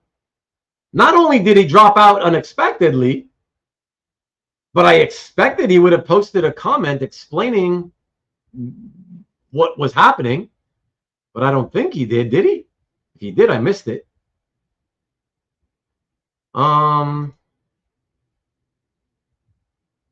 Hopefully he didn't get upset because you guys are laughing at how much he was talking, Son of the King. And we got Pazan saying, I have a friend who was on the board of New York Asian Film Festival. Okay, I didn't know that was a thing until he moved to Japan earlier this year. Okay, so they have something like that. Okay. Maki Poo says he bought a horror manga this weekend by Junji Ito. Well, that's a very popular one. It's probably the one that everybody knows about. And my daughter's in the background jumping up and down, getting excited when I said Junji Ito. Is it Tommy? Is it Uzumaki? Which one is it, by the way, Maki? Which one is it? Let us know the name. I always find it weird when you guys pop in comments like that, but don't give the most crucial detail of them all, like the title of the thing that you saw or bought. Let's see. No, MLB, you're obviously not a hard crowd to entertain, and you'll absolutely watch anything. Let me see. Let me catch up here. So, okay. Why did I fall behind? Nick is going to be late for dinner. Sonny's in the house. I didn't see the introductory message by Sonny, but hey, Sonny, Good to see you. Let me see. What else? A lot of people talking about Nick. And there's Sonny. Gonna be wild equals storm the Capitol. Oh boy. Let's see. John, there's John. Okay. Shared a file with you on Google Drive. Some pickups from the last show I attended if you want to show some art tonight. Yeah, but where are you? I don't want to show them if you're leaving. Why you dropped out of the studio and didn't say anything? And it's also on Google Drive. I'd have to open Google Drive and then share that screen. And I don't want to do it without you. It's your art. Let me see. Did Maki say anything? Ito horror is fantastic, says Nate. Let me see. There were in the original book they were diamond slippers. I remember that. But that's the thing. They were diamond slippers in the original book. Oh, right. So that's why they allow you to do diamond slippers if you want to make your own movie or comic book about it. But not, yeah. I got it. Okay. Just like Frankenstein, you can't do the neck bolts as they were created in the Universal movies. Right. Unique to them. Yeah. Thanks, Nick. Okay, gotcha. Yeah. But diamonds don't look cool in a color movie compared to rubies, right? Red rubies. Yeah. Okay, very cool. Johnny's back. Hey, John. What happened to you, bro? Well, I was trying to upload some art. So we have some art to talk about tonight, and it was a pain in the ass. Oh. So I logged out, and then I'm away from home, right? I'm out of town working. Oh, you're out of town. Yeah. So I had to get a bunch of files to send you over something. So I just logged out.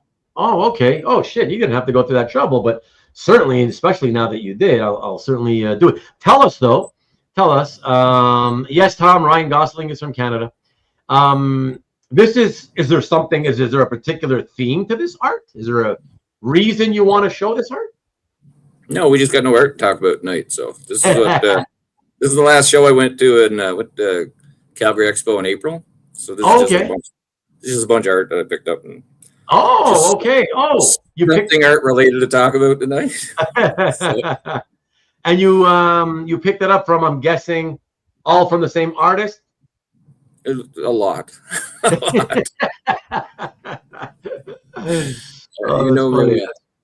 Okay. All right. I'm trying to move fast here. Let me catch up and then we'll go into it.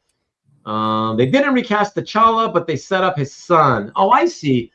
So the next okay. So it's no longer the Black. So they're going to cancel Black Panther. And they're going to just say that, his son took over and he's the new Black Panther. Got you. So it's not T'Challa. Interesting. Okay, whatever. Thank you, Robert. And let's see. Good night, Nick. I know you're gone now already, but hey, Evans already said, hey, of course, but it's so late with the comments. I finally get to your hello. Blade Runner 2049 is amazing. Yeah, like I said, like that's what everybody. Yeah, like a lot of people that told me they watched it, they said it was really awesome. So, like Peter says, what's Blade Runner? Man, you don't know. That's what it features. One of the best actors of all time from the early '80s. He was in this small movie called Star Wars. Peter, I'll tell you tomorrow when we get together for movie talk. I thought Rutger Hauer was the best guy from the 80s. What's that? I said I thought Rutger Hauer was the best guy from the 80s. Oh, that was a classic 80s actor. I loved Rutger Hauer. Yeah. A ton of good movies. Yeah. I used to love seeing him. Like anytime there was an 80s movie, commercial on TV, come on, and you saw Rutger Hauer, or at least me, I'd be like, oh yeah, another Rutger Hauer movie. Yeah. So that's cool. And Maki says he was good on Blade Runner. Yeah, Gosling. Okay. Well, listen, I guess he couldn't have been terrible if everybody loved the movie, So, yeah, better the second time through. Peter enjoyed both. Okay. And Let me see. Fantasia, Blade Runner. Chris Carl says that 2049 is a really immersive watch. Don't you guys say the same thing about the original? Very immersive. Don't you feel that? I don't know. Tom says Ryan was good in All Good Things. The movie is called All Good Things? I don't know. I haven't even watched The Notebook, and that's what made him famous, isn't it? I don't know. There's MLB. I don't like any of his movies, but I don't think it's because of him. That's interesting. That's a really interesting comment. To notice that you never seem to like a particular actor's movies, but you feel that that actor is actually not the reason. But what you're saying, though, then it's really horrible coincidence you have there. You think that he tends to be cast in bad movies all the time, or at least bad, movies that you don't like, Statues, Maki. It's called Statues? Arwin, Maki says statues. You know what that is? Okay, that's what he was talking about. That's what he bought. Oh, okay. She hasn't read it, Maki. She read 4 or 5, but not that one. Let me see. So, okay, Fracture is a good movie. Look at that. We got Hydra again. Hey, Hydra. And it will be a John C. show and tell. Yeah. Just like David Barr in Oz, the 2 times he came on, did a nice impromptu show and tell. That was pretty cool, too. So why not? I'm talking to Dave now. He's the one who wants me to do it. Can you repeat that? Sorry, John? I said, I'm talking to Dave now. He's the one that wants me to do it. Oh, that's awesome. Yeah, what a good group of guys we have here all the time. I love that. I love that interconnectivity, That's so fun. And thank you, John. Look at that. Tiff says, thank you, John C., for wanting to talk about art. And, hey, I said at the beginning when somebody suggested movies, and I love talking about movies, but tonight I said, well, I'd rather talk about art if we could, so I did try. Don't mean to hijack the movie talk. No, it's okay. Like I said, everything goes. Anything goes here. Newbie question about published page. I purchased anyways because it was inexpensive. So what's the question, Evans? I don't get it. Did I miss the question? I don't see the question. Let us know the question, unless I'm just not gotten up to it. I'm skipping comments, though. I'm trying to get up there quick. Within less than 4 minutes. Okay, talking about Dorothy. I can skip that. Noel agrees with us. Also loves Rutger Hauer. Yeah, you see that? Awesome, man. Oh, and there's another one. What do you think about this, John? I remember back in the day in the 80s, those were these 2 guys. It's not like I confused them, but when I thought of one, whenever I would try to tell somebody, for example, oh, I really like Rutger Hauer's movies, right? If I remembered his name, right? As long as I remembered his name, I would say Rutger Hauer movies. And then I would always want to say, oh, and then I like that other guy from the movies. What's his name again? And I could never think of it. And it's Michael Ironside. You remember him? Oh, yeah. Yeah, Starship Troopers, wasn't he? Yes. Yeah. Was he Starship Troopers or no? Yeah, but he was older, obviously, in that, because that's what, like 1998 or something, But the thing is that would happen to me in reverse as well. It would always happen in reverse. So sometimes Michael Ironside, the name would come to mind, and then I'd tell people how, I used to love Michael Ironside, and then I'd want to say, and then there was that other 80s actor I used to love too, and I'd be like, how's his name? And I could never remember Rutger Hauer's name. It's either one or the other. I don't know why. It's just weird, But yeah, both guys I used to love so much, Always fun to see in a movie, like you say. Tom also agrees. How does T'Challa's son grow up to be a 32-year-old man, but the other characters, like his sister, stay the same age? I don't want to know. Okay, here's a question by Evans. I bought a page from a recent published comic. Pencils and inks were by the same artist, but it was advertised as ink over printed blue lines. Why would an artist do that? An artist would do that if some artists prefer to save time by penciling digitally on the computer, right? It's faster because you can make corrections faster on a computer. That's what kind of helps them speed up time. And so if they choose to do that, then the only way they can, but let's say they want to have art to sell, or maybe they still like to they like the feel of drawing naturally, right? The analog way. So then they still want to ink it, right, by hand. But in order to ink a computer drawing, you have to print it out. So they have no choice. So the guy that did the page, or the woman who did the page you bought, drew it on the computer and then had to print it out so that he could ink it by hand. And that's basically the primary reason. Your comment then goes to, that means he keeps the original pencils, right? Well, now you know, given what I just said, there are no original pencils. But it bears mentioning, and I don't want to confuse anybody who may be watching, and especially you, Evans. There are cases now where the penciler and inker are the same person, and they choose to pencil on one board and ink on another. So there are still two different boards, you know, which I don't add that to the list of ways of creating art now in the computer era that I don't like, and most people don't like, you know. And that's why it was inexpensive. Basically, it's always going to be more inexpensive because so many collectors are purists and they like traditional way that art has been done in comics for 80 whatever years, right? Pencils and inks on top of each other on the same page. So yes, there's you know, there's a market for it, but there's a lot of animosity towards anything that isn't pencils over the inks on the same page, and therefore it tends to be cheaper, more affordable, you know.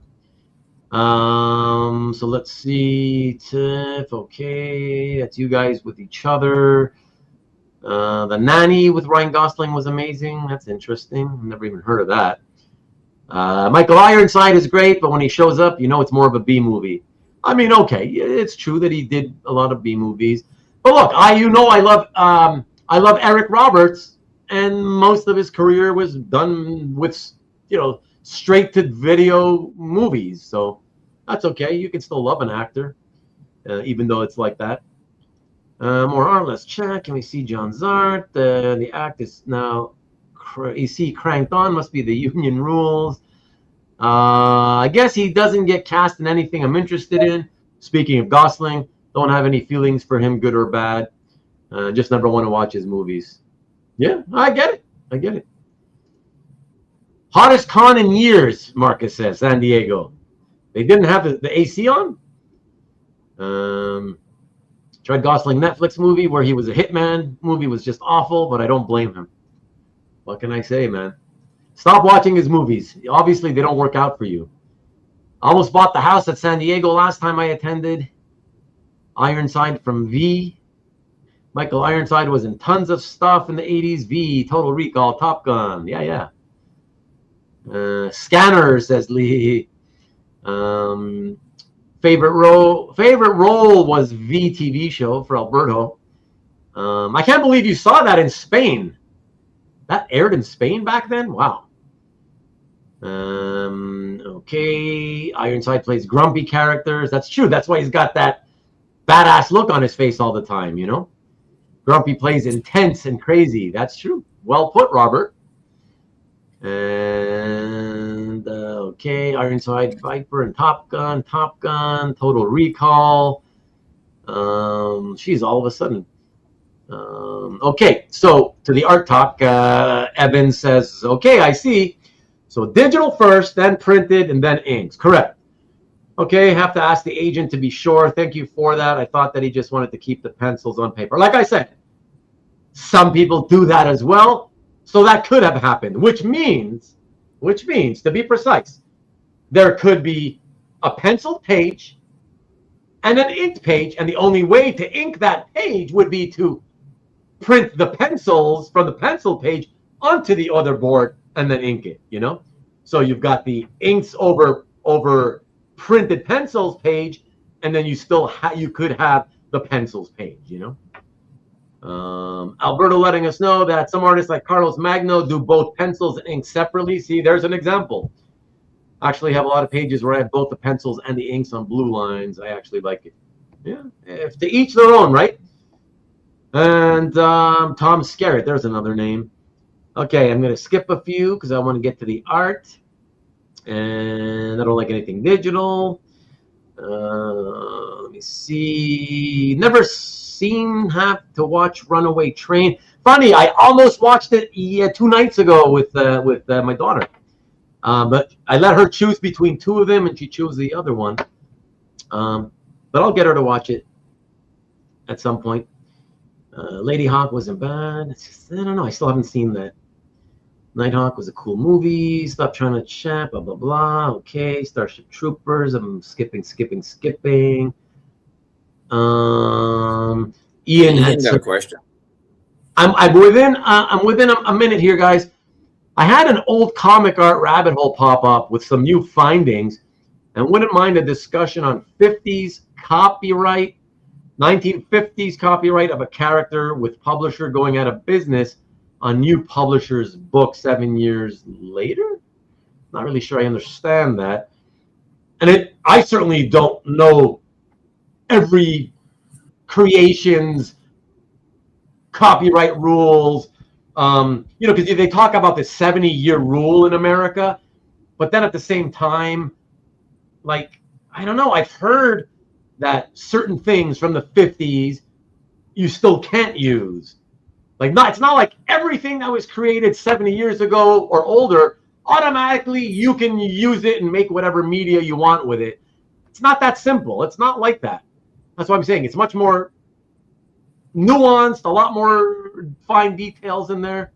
So you're asking, is it allowed? I've got no idea, my friend. Wow, you're not asking the professional about, I definitely cop to that. I'm not the person to ask. And none of us here really, are well versed in the law for that whole copyright thing. So sorry, man. I just, can't help you with that. Let me see. Last few episodes were written by people that had not watched any of the other episodes. Of what, Hydra? What are you talking about there? Evans says, I should add it was printed blue lines. Yeah, I figured that. Yeah, listen. Blue, so people still get it wrong. When you hear people say blue lines, you should assume it's printed. Okay? There's a difference. When it's original, when it's original hand penciled blue, you should never say blue line. You say blue pencil. Okay? That's how you distinguish between original and printed. All right? Blue line is how you refer to the printed stuff. But for the original, say blue pencil. Okay? Because it's literally a blue pencil.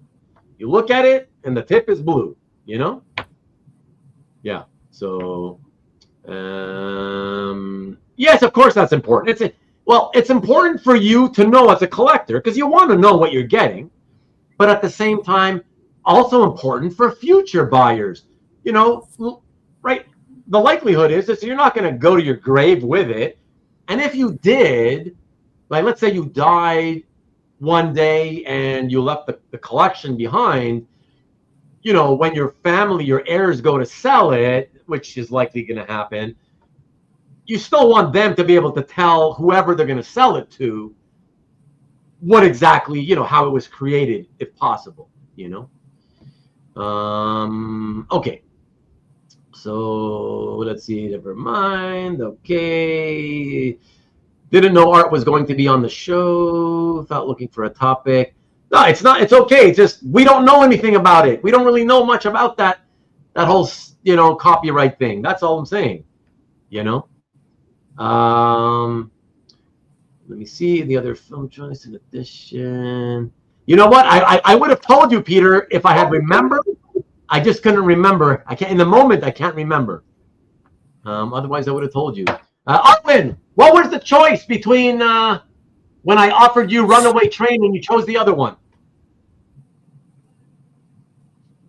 It was about some guy assassin and his son. Saw him kill someone. His assassin? No, he's an assassin. Assassin and his son? Did we watch it or we? No. Why? Because we watched Clerks. Oh, we ended up watching. Oh, we did it. We didn't watch either of them. Okay, assassin and his son. It was either an E or a P.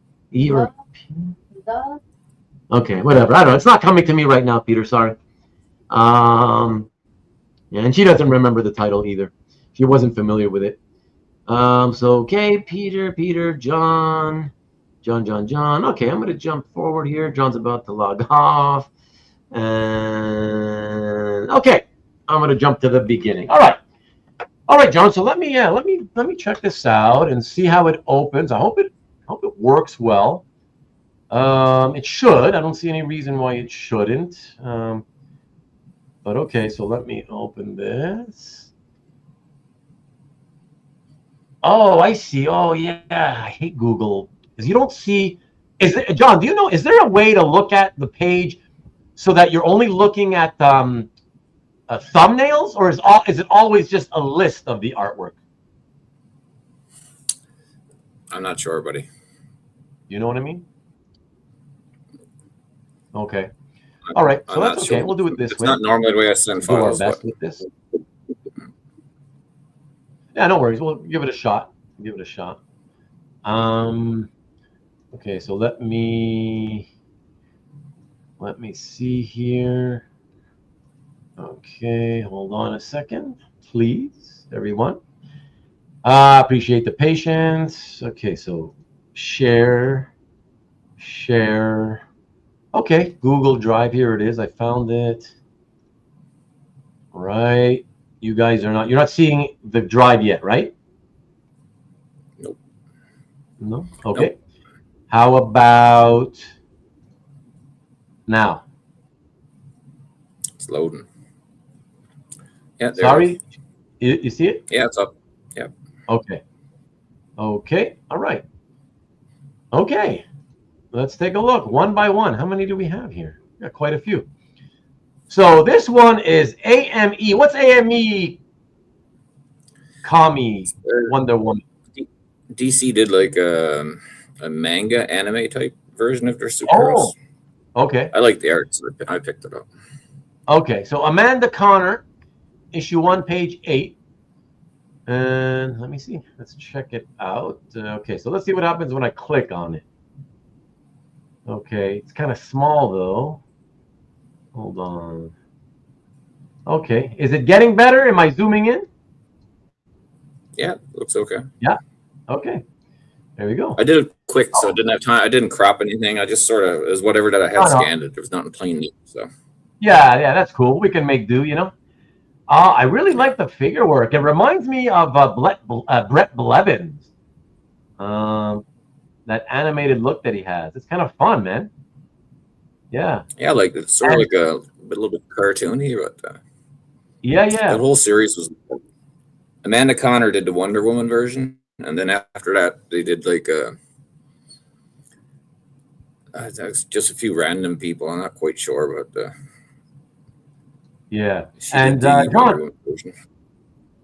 John, was Amanda Connor at that convention?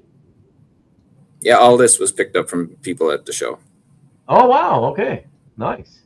Yeah. And sorry, remind everybody, please, the official name of that convention. It's Calgary Expo.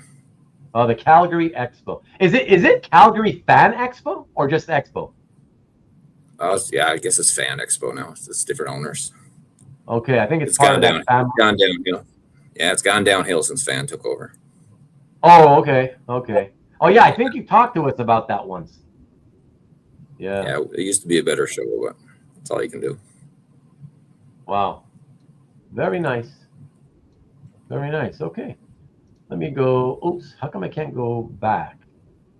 I guess you just hit the X here. Oh, yeah. Okay. And let me quickly just catch some. Let me see some comments. Let's see. Bye, DJ. Thanks for hanging out. MLB says maybe the best Amanda Conner art I've seen. Wow. Well, tonight anyway. The best he's seen tonight. Okay, let's go and check out the next one. So this one is Angela, issue 3, page 6 by Greg Capullo. All right, let me see if this... I don't know, so weird. I click it and it doesn't open. Do I got to click it twice? There you go. I guess you got to click it twice. Okay. Okay, this... here we go. I guess, okay, it's taking long to get clear, but that's cool. So Angela 3, page 6, Greg Capullo. Do you know who inked it, John? Oh, I'd have to look it up. I don't remember off the top of my head. I think I got to say it somewhere. No worries. It's got all that tiny little detail Capullo is known for. All these beasties.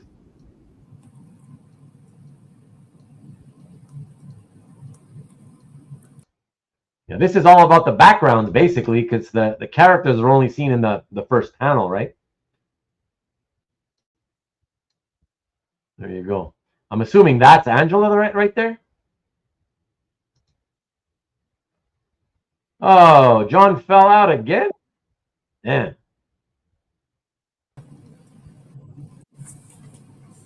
I was talking to you. I did, because I'm in the other tab, of course, so I can't see what we're looking at.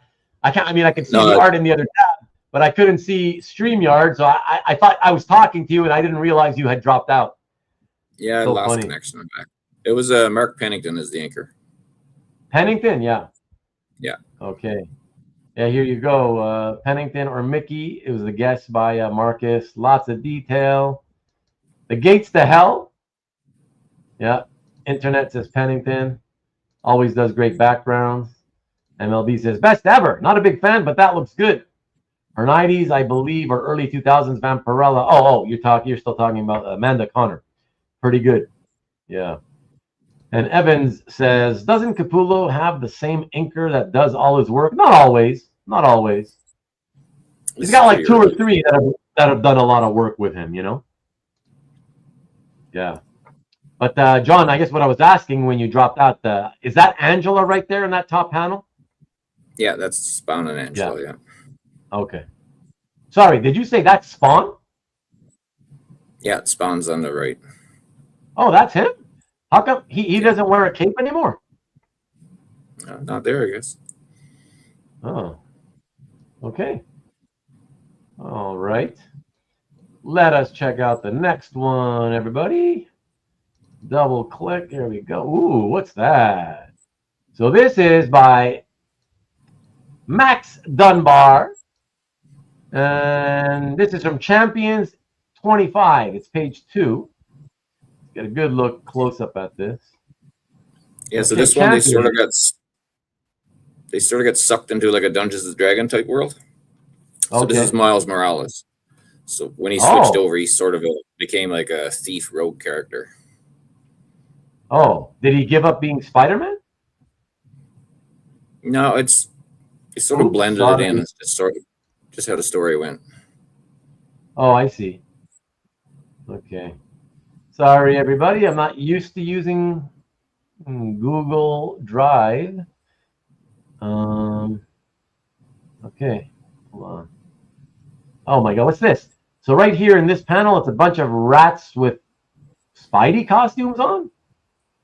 Well, yeah. Well, no, he threw spiders at him because he's... Oh, he's throwing spiders. Okay. That's his power in this world. So in it, like Ironheart, she's the only one that remembers that she's a superhero.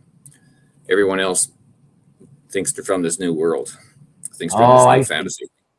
Yeah. Okay.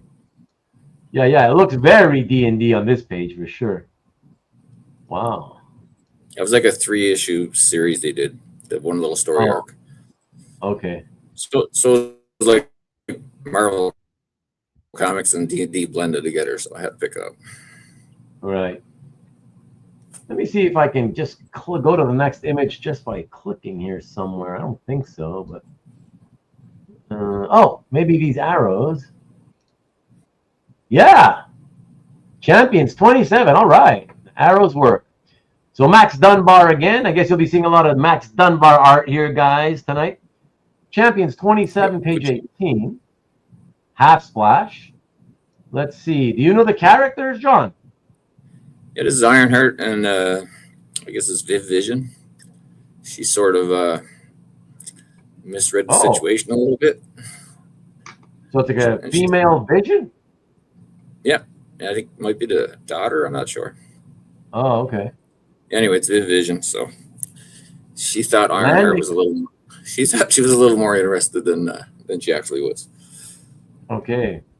You don't know until you try, right? So you got to shoot your shot. You got to shoot your shot, and she certainly is.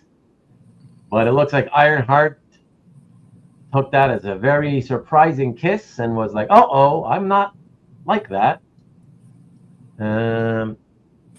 Interesting. I've never heard of this female Vision. That's interesting. So, yeah, here, let me jump over, fellas, because everybody's probably talking. At least some of you guys are talking. And I want to put some comments up. If it's X Factor, it's Capullo. Candelario. Oh, Harry Candelario. Love the heavy ink web on that last one. Yeah, that was a cool panel, right? The web cape. Woke. Viv is Vision's daughter. Oh, so is this the character to that series? I read a Vision series that had like these painted covers. I can't remember who drew the inside now. They were domesticated. The miniseries story was like they were domesticated, living at home in a like a small town in suburbia, and they had a son and a daughter. Yeah, and I think her name was Viv. So I guess this is her. Okay, I thought those characters only showed up in that miniseries. So appreciate the drop, the knowledge drop there, Newell. So hot. That's good. Nice, says Maki Poo Poo. And David says, John, I love the inking. Yeah, that's right. Oh, that's right. And that's why I read it, because I was curious, being a Tom King series. Thanks, Marcus. And yeah, exactly. So it was she was introduced in that Tom King Vision series, right? Oh, thank you again, Newell. Gabriel, yeah, Hernandez Walta, I think it was. Exactly. Rick says that's some excellent use of body language. I agree, Rick. That's what I love about the panel. That's what I love about it. I love the whole surprise. Like, oop, wasn't expecting her to go in for that kiss. Viv is a regular in Marvel's teen hero books these days. All right. Okay, cool. See, it's good to have knowledge droppers. I really did think that. I hadn't heard of her being in other comics, so very cool. Okay, let me then go to the next piece, folks, and let's see what that is. Dark Crisis, Young Justice, #4 cover, again by Max Dunbar. Interesting here, DC, with a ton of heroes. Almost the figure, the anatomy, almost looking very Mark Bagley-like. Mark Bagley-esque in a way. Let's see here. All right. So Dark Crisis, Young Justice. Wow, that's a lot of characters, man. Lobo, yes. Batman, Superman, Superboy, Martian Manhunter, a version of Hawkman I've never seen, Plastic Man, Robin, Donna Troy as Troya. I believe this is Nightwing here. Kyle, Green Lantern. Wow, I mean, and on and on and on and on. Yeah. Wow. This was a gift, actually. He gave me this one. He gave you this? Yeah. I bought a lot of art from him over the years, so he's been good too. Well, I know that, but wow, of all the ones to give you for free, man, like a great one. You know? Yeah, he's good going. Good going, John. He's a good guy, you're a good guy. It makes sense, man. It makes sense. Yeah, that's like very, very cool. I believe is it Malvin V I know Malvin, he yeah? has. Yeah, he has a bunch of covers from this series. I think Oh, I've he has a seen it. bunch of them. Yeah, I think I've seen 2 or 3 from. I think it's like a 6-issue miniseries, and I believe Malvin got 2 or 3 posted. Oh, really? Okay. And they were all done by Mac? Hey Tom, fuck off. Let me see. Let me see. John picked up more art at home show than I've gotten in the last 5 years. Great page. Looks like Dan Mora art. Rick says packed. Cool page, says Tom. One show, not home show. At one show. Yeah, more art at the one show than you. Yes, in the last 5 years. DC art is easy to give as a gift. Oh, that's a bad knock on DC there, Tom. That's not nice at all. Hence the comment. Yeah. Huh?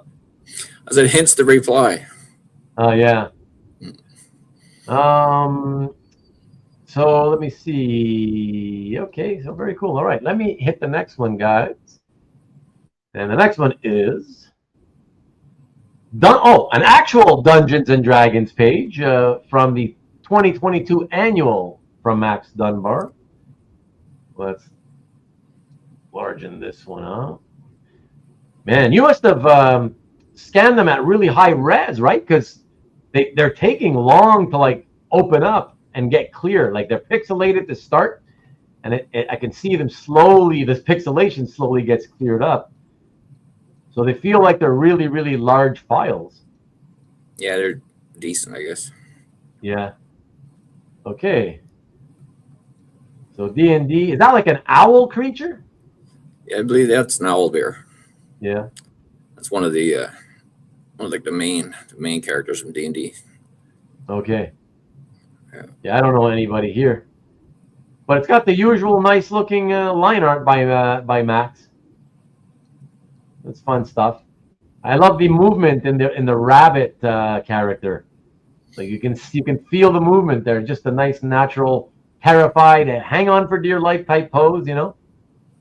Yeah, like I'm sort of I'm already I'm invested pretty deep in the D&D art that he does. So since I own it all, Yeah. I just buy it all, and I just buy it all on scene. I buy it all on scene. When I hear you get a new series, I was like, I'll take all your covers, and then I'll figure out once it gets dropped, then I figure out what it is I actually bought. Yeah. Buy it now, worry about it later, as I always say. Yeah. It's a hair-raising experience, says Rick. Nice art, says Steve. Cool owl bear. Wow, it seems like everybody knew owl bear. Yeah. Okay. All right, let's check out the next one. And it's D&D, Dungeons and Dragons, Fortune Finder, issue number 1 cover. So you got a first issue cover here. And by the way, John, can you remind everybody, who is the publisher for this run of D&D comics? It's IDW. IDW, right. Thank you. Okay. Ooh, I like that creepy, shadowy stuff by the bad guy. Beautiful hands, by the way. Look at the hands, everybody. Really nicely done. Very nice. Nice and natural looking. Really nice. Very cool. Very cool face. Love that. Love all this shadow work. Another great hand. Look at that. Real nice. Nice joint work. Very, very natural and realistic looking. Love it. And do you know this character's face, John? Name? No, I haven't read this series yet. Yeah. I have picked up, but no, I haven't read it. So. Well, he's got pointy Spock ears, so we'll call him Spock Guy. Elvin Spock Guy. Yeah, it's a cool, creepy one. Love the knife too. Very nice knife design, you know.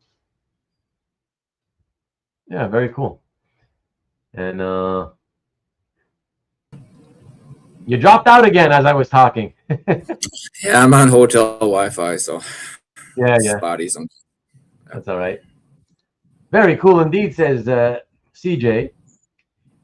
Rick says it looks sinister Peter says, hand some page. Very nice pun. I would have he does a good expected job that with more them. from Rick.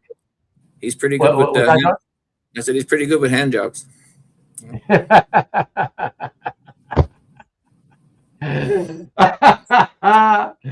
And now look who's good with the puns, man. Oh, that's funny. Great art, John, says David. Elvin Ching. Why does that sound familiar, Marcus? Who's Elvin Ching? I don't know.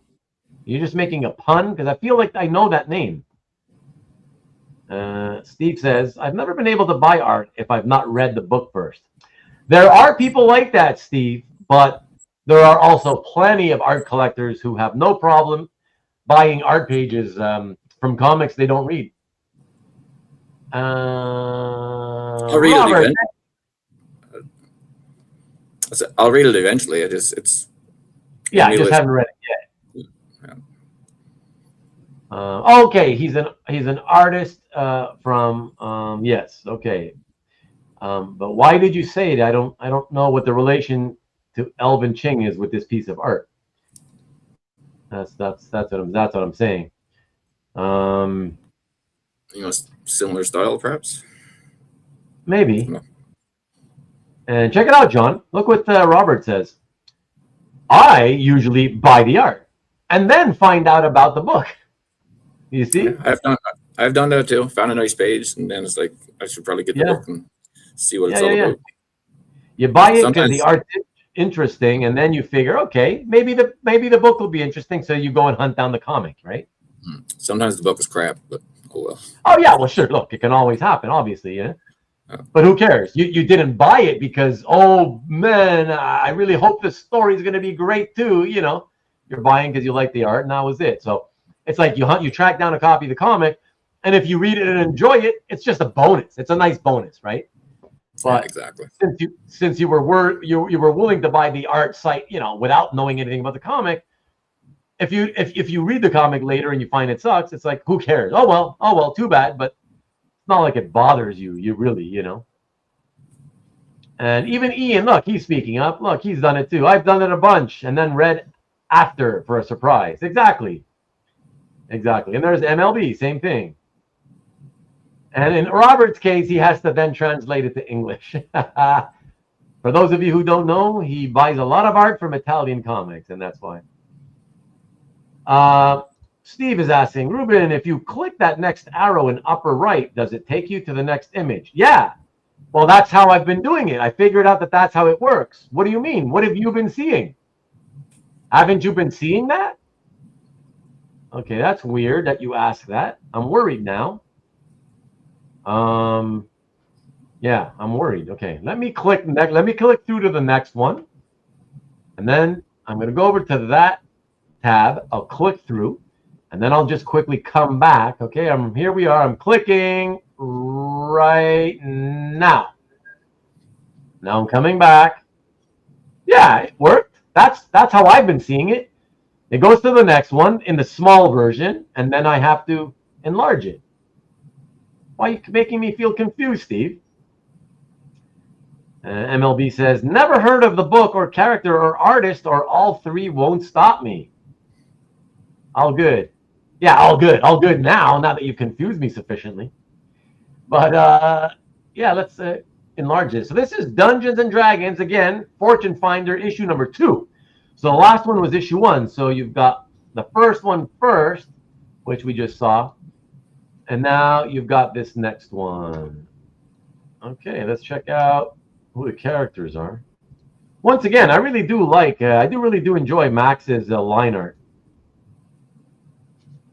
He's got a nice style for this Dungeons and Dragons type stuff too.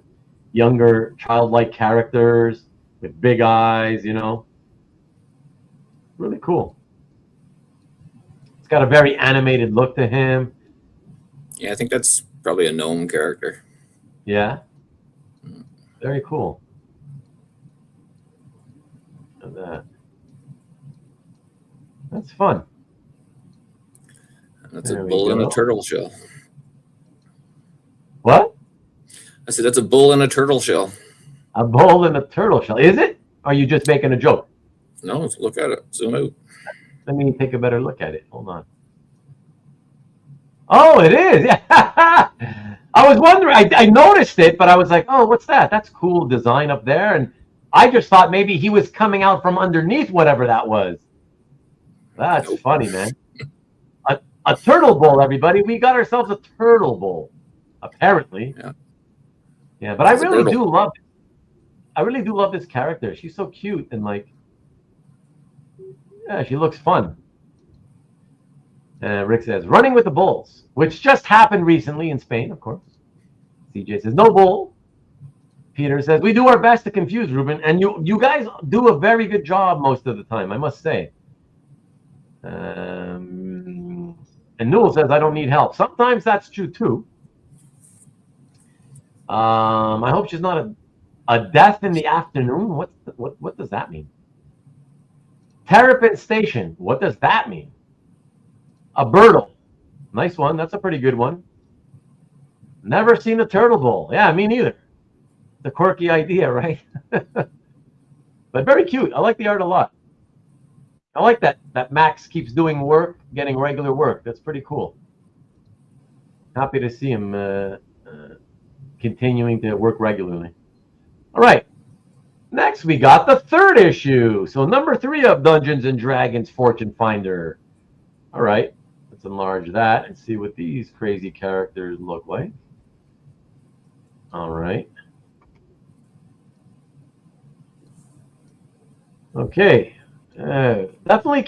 These are all characters that must have been created for some, either this series or like previous Dungeons and Dragons comic book series, because I mean, I'm only familiar with some of the visuals of the Dungeons and Dragons, like cartoon, like that video game from the early 80s, you know, and maybe some characters from Dungeons and Dragons role-playing game from the early 80s. But yeah, like none of these characters look familiar to me at all. I think these were created just for this series. Yeah? Okay. Yeah. Okay, cool. All right, clarify here. All right. Like the skull for sure. Dig the skull. Yeah, so you sort of got like a goat centaur guy with a frog guy riding on, I guess. Yeah, yeah. I'm hoping the story will make sense, but I don't know. You better. It don't make a lot of sense yet, but oh well. It's cool. Terrapin is a turtle. Oh, that's what a terrapin is. So, okay. Oh, so that's why the Terrapins, that's a college football team. That's their nickname, the Terrapins. And I never really bothered to look it up to see what the hell are Terrapins. Okay. Station is home. All right. Thanks, CJ. And yes, indeed, we know. You mentioned it last week, Peter. Hemingway book about bullfighting. And nice looking art. Let's see. Love the character design, says Ian. Yeah, they're fun, right? And I don't know them, but they're fun. That's what Max does mostly. He does character design for D&D. Oh, really? He doesn't do so much comic work anymore. He does all design work, and he's really big on like the little miniatures, like models. Yeah, yeah. Yes, he does all the designs for those things, like statues and that kind of stuff. Anything that's fantasy related. Like Reaper miniatures, he does a lot of work for Reaper miniatures. Oh, okay. Yeah. Oh, very cool. Good to know that he's kept busy, you know? Ah, that's awesome, Rick. Oh, classic. Danny Tartable. So good. Holy shit. Men of a certain age who are baseball fans will remember Danny Tartable, of course. Yes. That's awesome. Very fine line work, says Peter. Yeah, indeed. Well, that's his style. Yeah, it's very nice. And it fits this genre really well, too, you know? Okay. Let me go to the next one. And I heard a noise. I think John dropped out and came back. And yes, indeed, he did. There it is. There it is.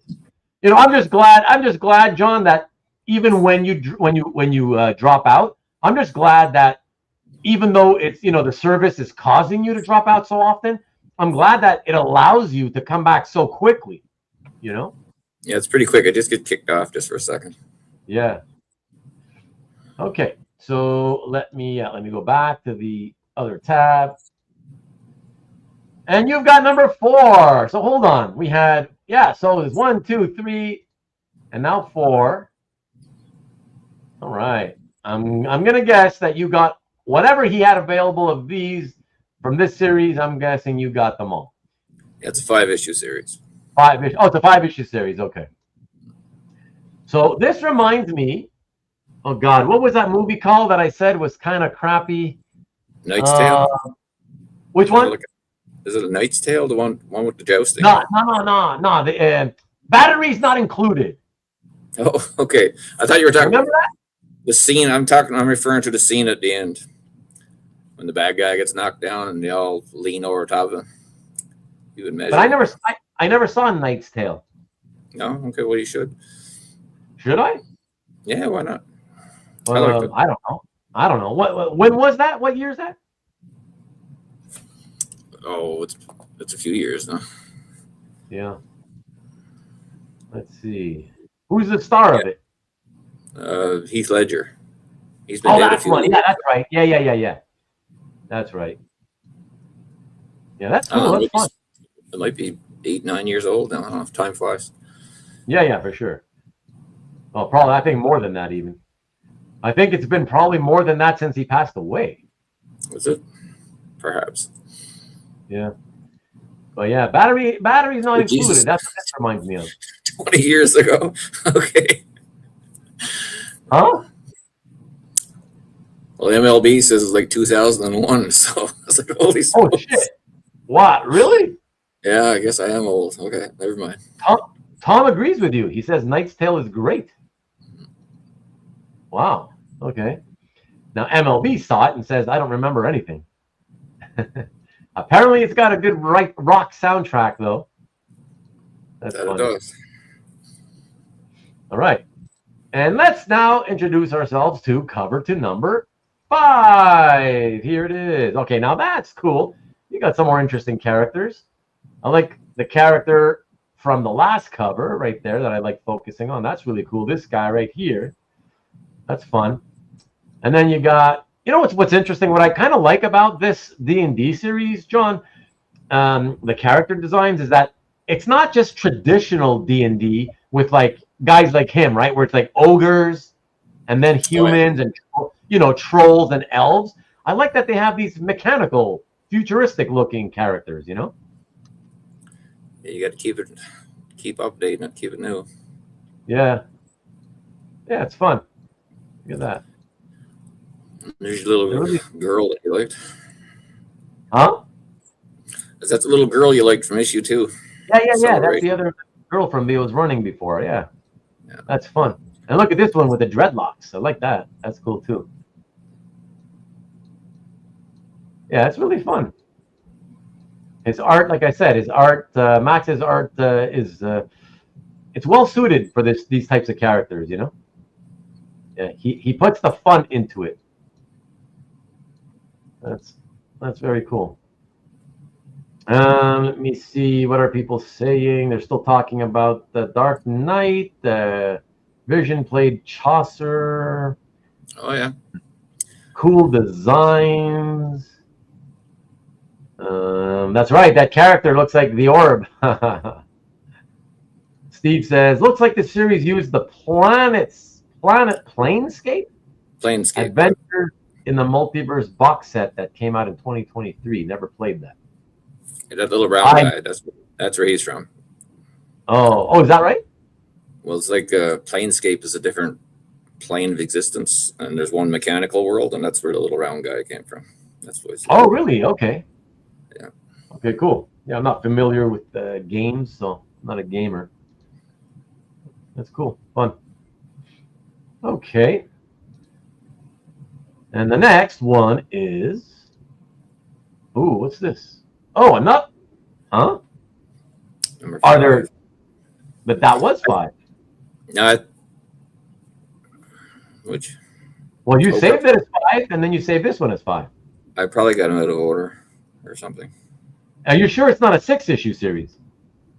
No, this is another cover 5. That's another mini series. Oh my! I see. I just noticed. Yeah, sorry. Mindbreaker. Yeah, Dungeons and Dragons. Mindbreaker. Right. Sorry about that, everybody. I think I have the first 4 posted on CAF, so perhaps I just picked up cover 5 at the show. I don't remember. Oh, okay. I thought I had that series started to be posted. If not, I might have just have it labeled wrong, and it's like 1 to 4 might be later. I'm not sure. Look at that. You got this Cthulhu-looking character. Newell claims that it's Mind Flayer. He must be a known character.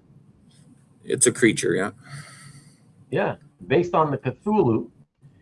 And it's like a brain eater. Brooke says 1 is Fortune Finder, 1 is Mindbreaker. Right, on the series. Yeah. Mind Flayer is a Stranger Things character. Okay. Oh, Mind Flayer is a species, he corrects me. Yeah, it's like a type of monster. Okay, yeah. Tom says that these pages look very good. Yeah, let me go down, guys, and we'll go lower, see all the characters. This is a pretty cool cover. It's funny that it's a 5th issue, John, but this type of layout is traditionally reserved for like 1st issue covers. It usually starts with a cover 1 like this and ends with a cover 5 like this. Yeah. On his main series. Ah, that's cute. There's another cutie. This is the one from before, the one with the bow and arrow, right? Yeah. The one that was running to it? No, this is another series. So this is like, I think he did 4 or 5-issue miniseries of Baldur's Gate characters. So that was a continuing story. So there was like 25 issues or so of all these group of characters. Oh, okay. But Fortune Finder is a new one. So that's like they started over. So that's like a whole new cast. These guys have been recurring now for a while. Oh, okay.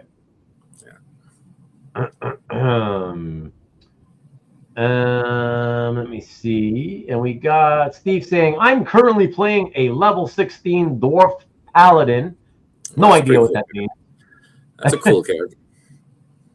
You know what he's talking about? Yeah, that's his character that he's playing in the game.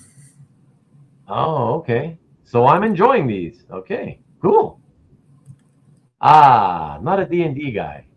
You mean me? If you're talking about me, Rick, no. She's holding a piranha. Some kind of a scary fish, alien fish, that's for sure, Peter. Tom is revealing that when he was in the D&D club in high school, he was always a paladin. Okay. But yeah, that's a pretty cool cover. I mean, most of them are, yeah, very nice. All right, then we go to Dungeons and Dragons. Okay, another series. 1st issue of Dungeons and Dragons, The Thief of Many Things. Wow, that's this is just a one shot. That was just a one shot. Okay, one shot. That's really fun stuff, I must say, man. I really do enjoy his art. I wish he would get Marvel or DC work, to be honest. And John, that brings up a good question. You know, you've talked to him more than anybody else. Does he keep staying? Does he do a lot of that D&D work and design work? Because I just heard you drop out. Hold on. Okay, I just thank God my software makes little popping noises when people pop into the studio, because otherwise I would have just kept talking and never known that you had fallen out, you know. I was just saying, you've talked to Max more than anybody else here. Do you know if, because I would love to see him and, you know, do like Marvel, DC mainstream stuff. He did a little bit of Marvel.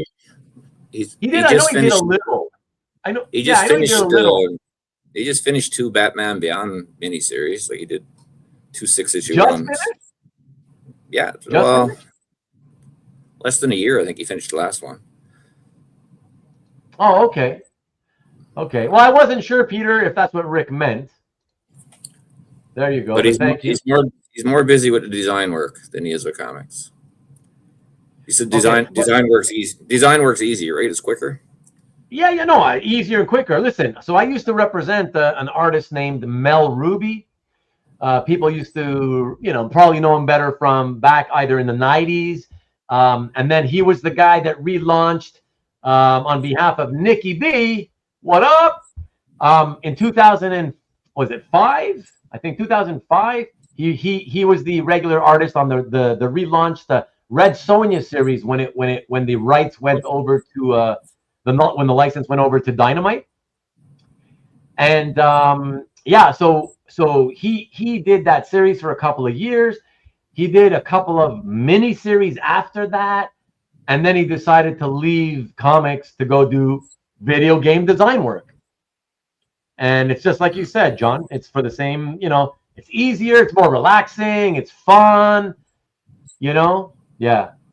And it pays better too than comics, But I guess what I was gonna ask, just in case, has he been offered stuff by the big two, and like, would he take it? Would he take more if he was offered it?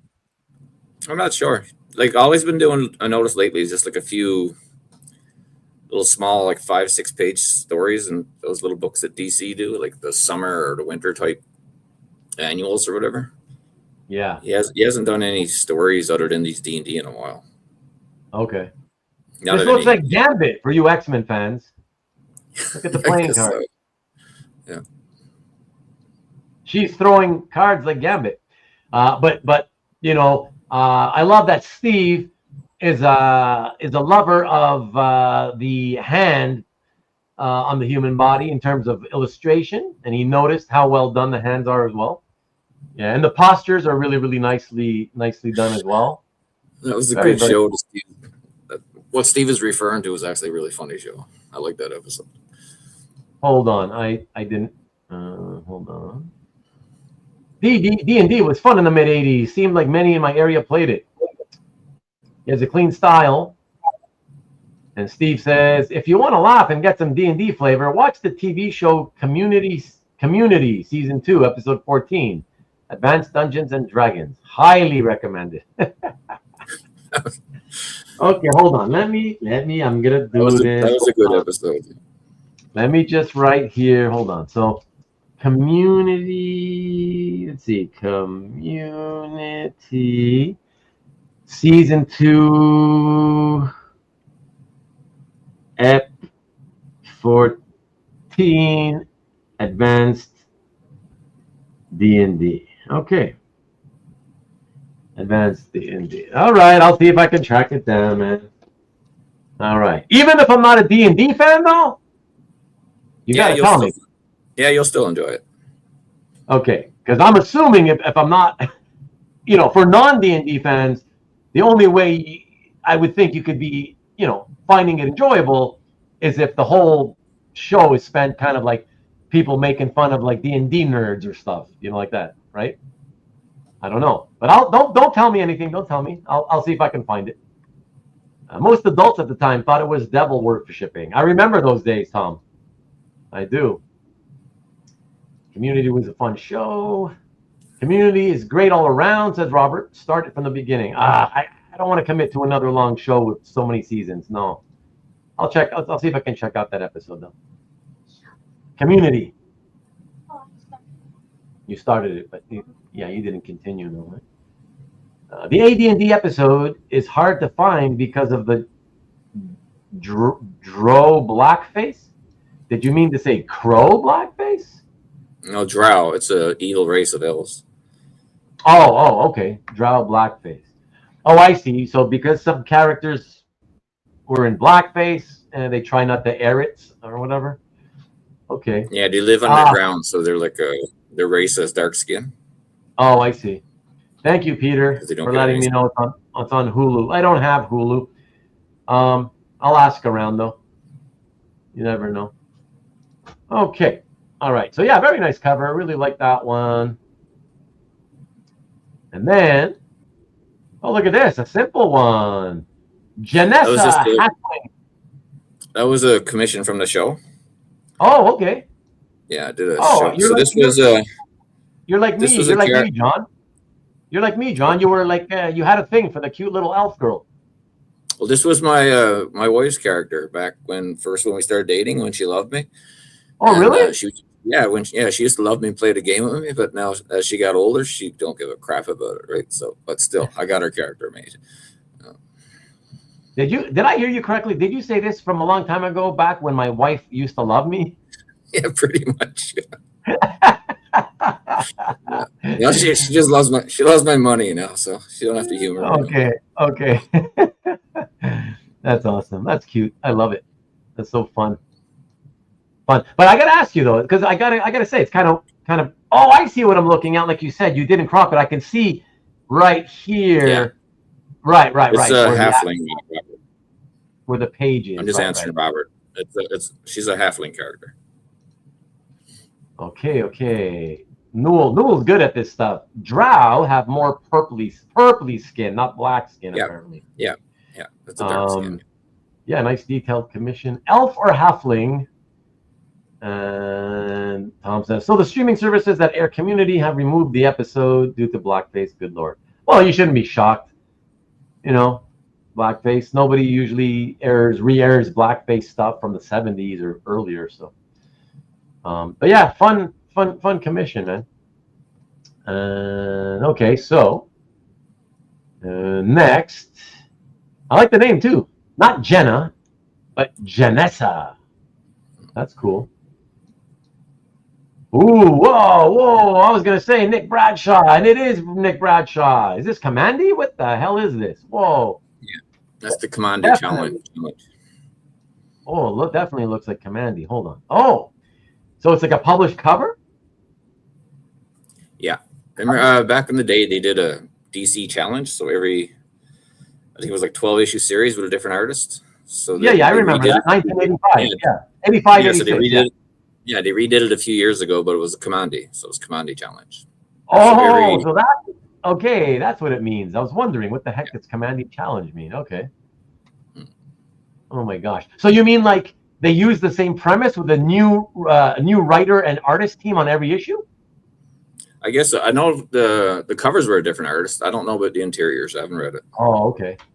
And don't forget, it wasn't just that.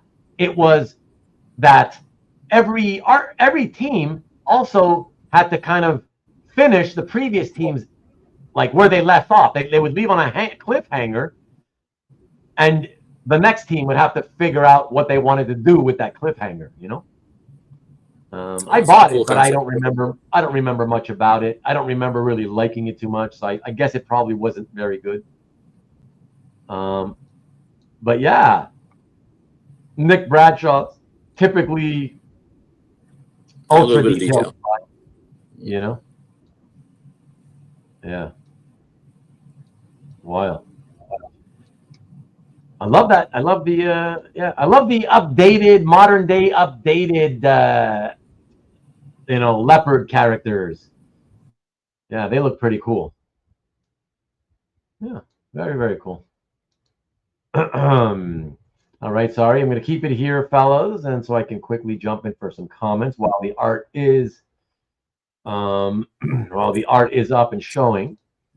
Wasn't before he painted his body black to play the part. Okay. I guess there are community standards. Well put, Marcus. Nice. I like that. Nice pun.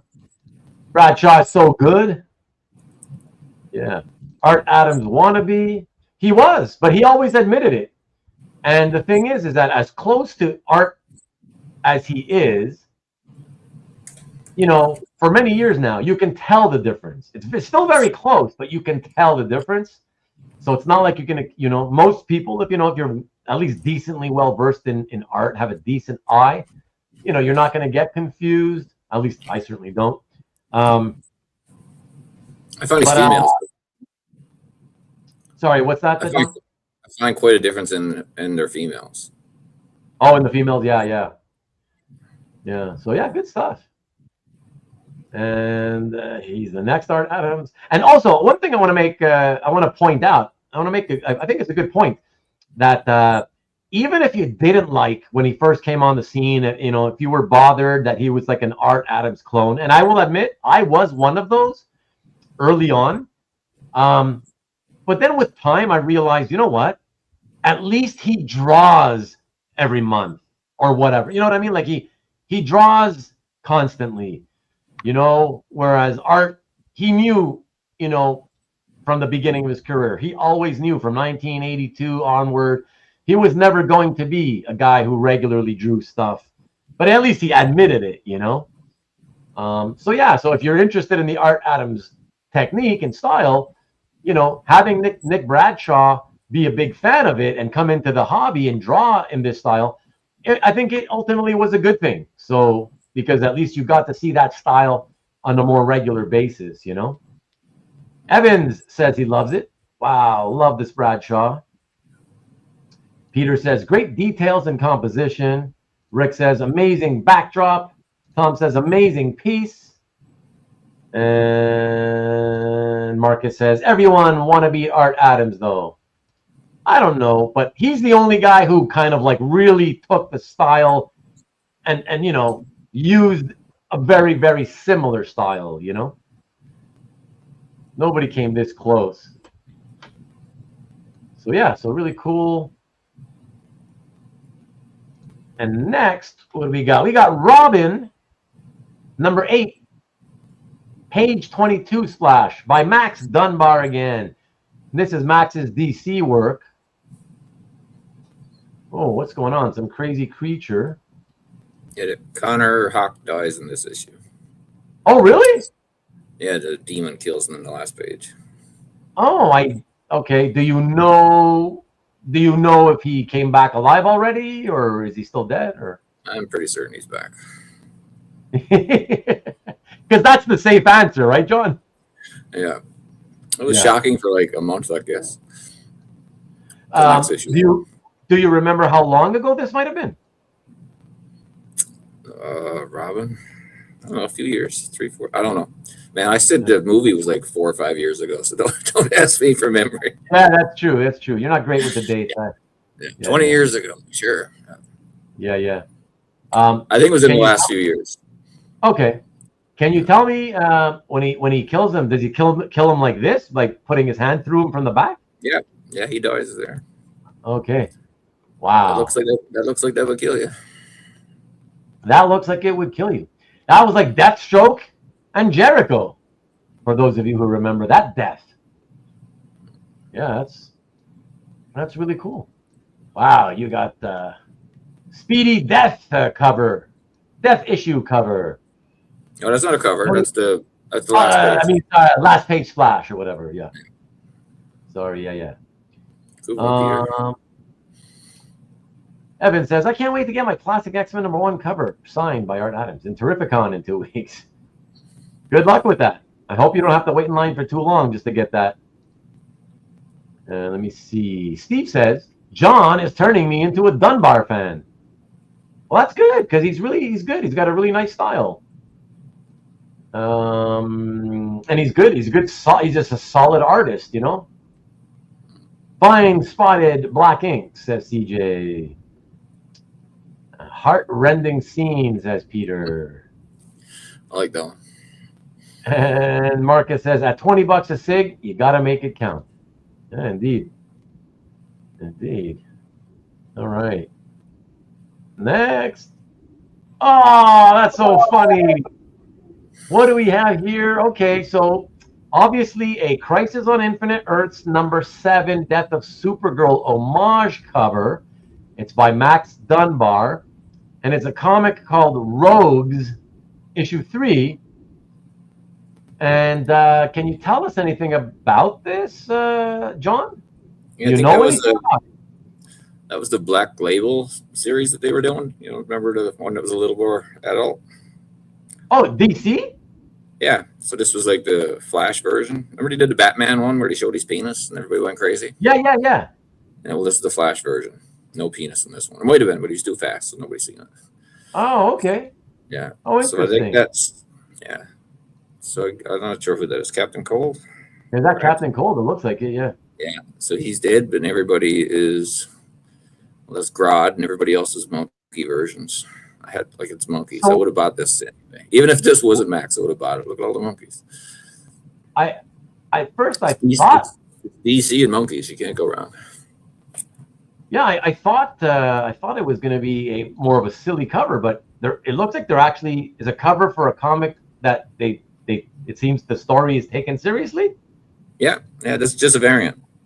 Yeah, just a variant. Wow, it's really well drawn. Again, Max is great, so underrated. Wow.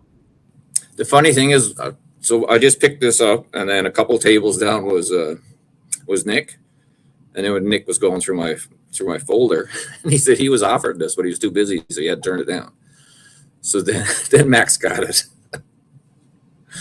Oh, you mean Nick got offered the job to do it? Yeah, Nick got offered this cover first, but he was too busy, so he passed him. Yeah, so he passed, and so then Nick got it. So then, Max picked it instead. Oh, that's funny. That's so funny. Wow. Okay. Must be getting close. All right. Here we go. Next one.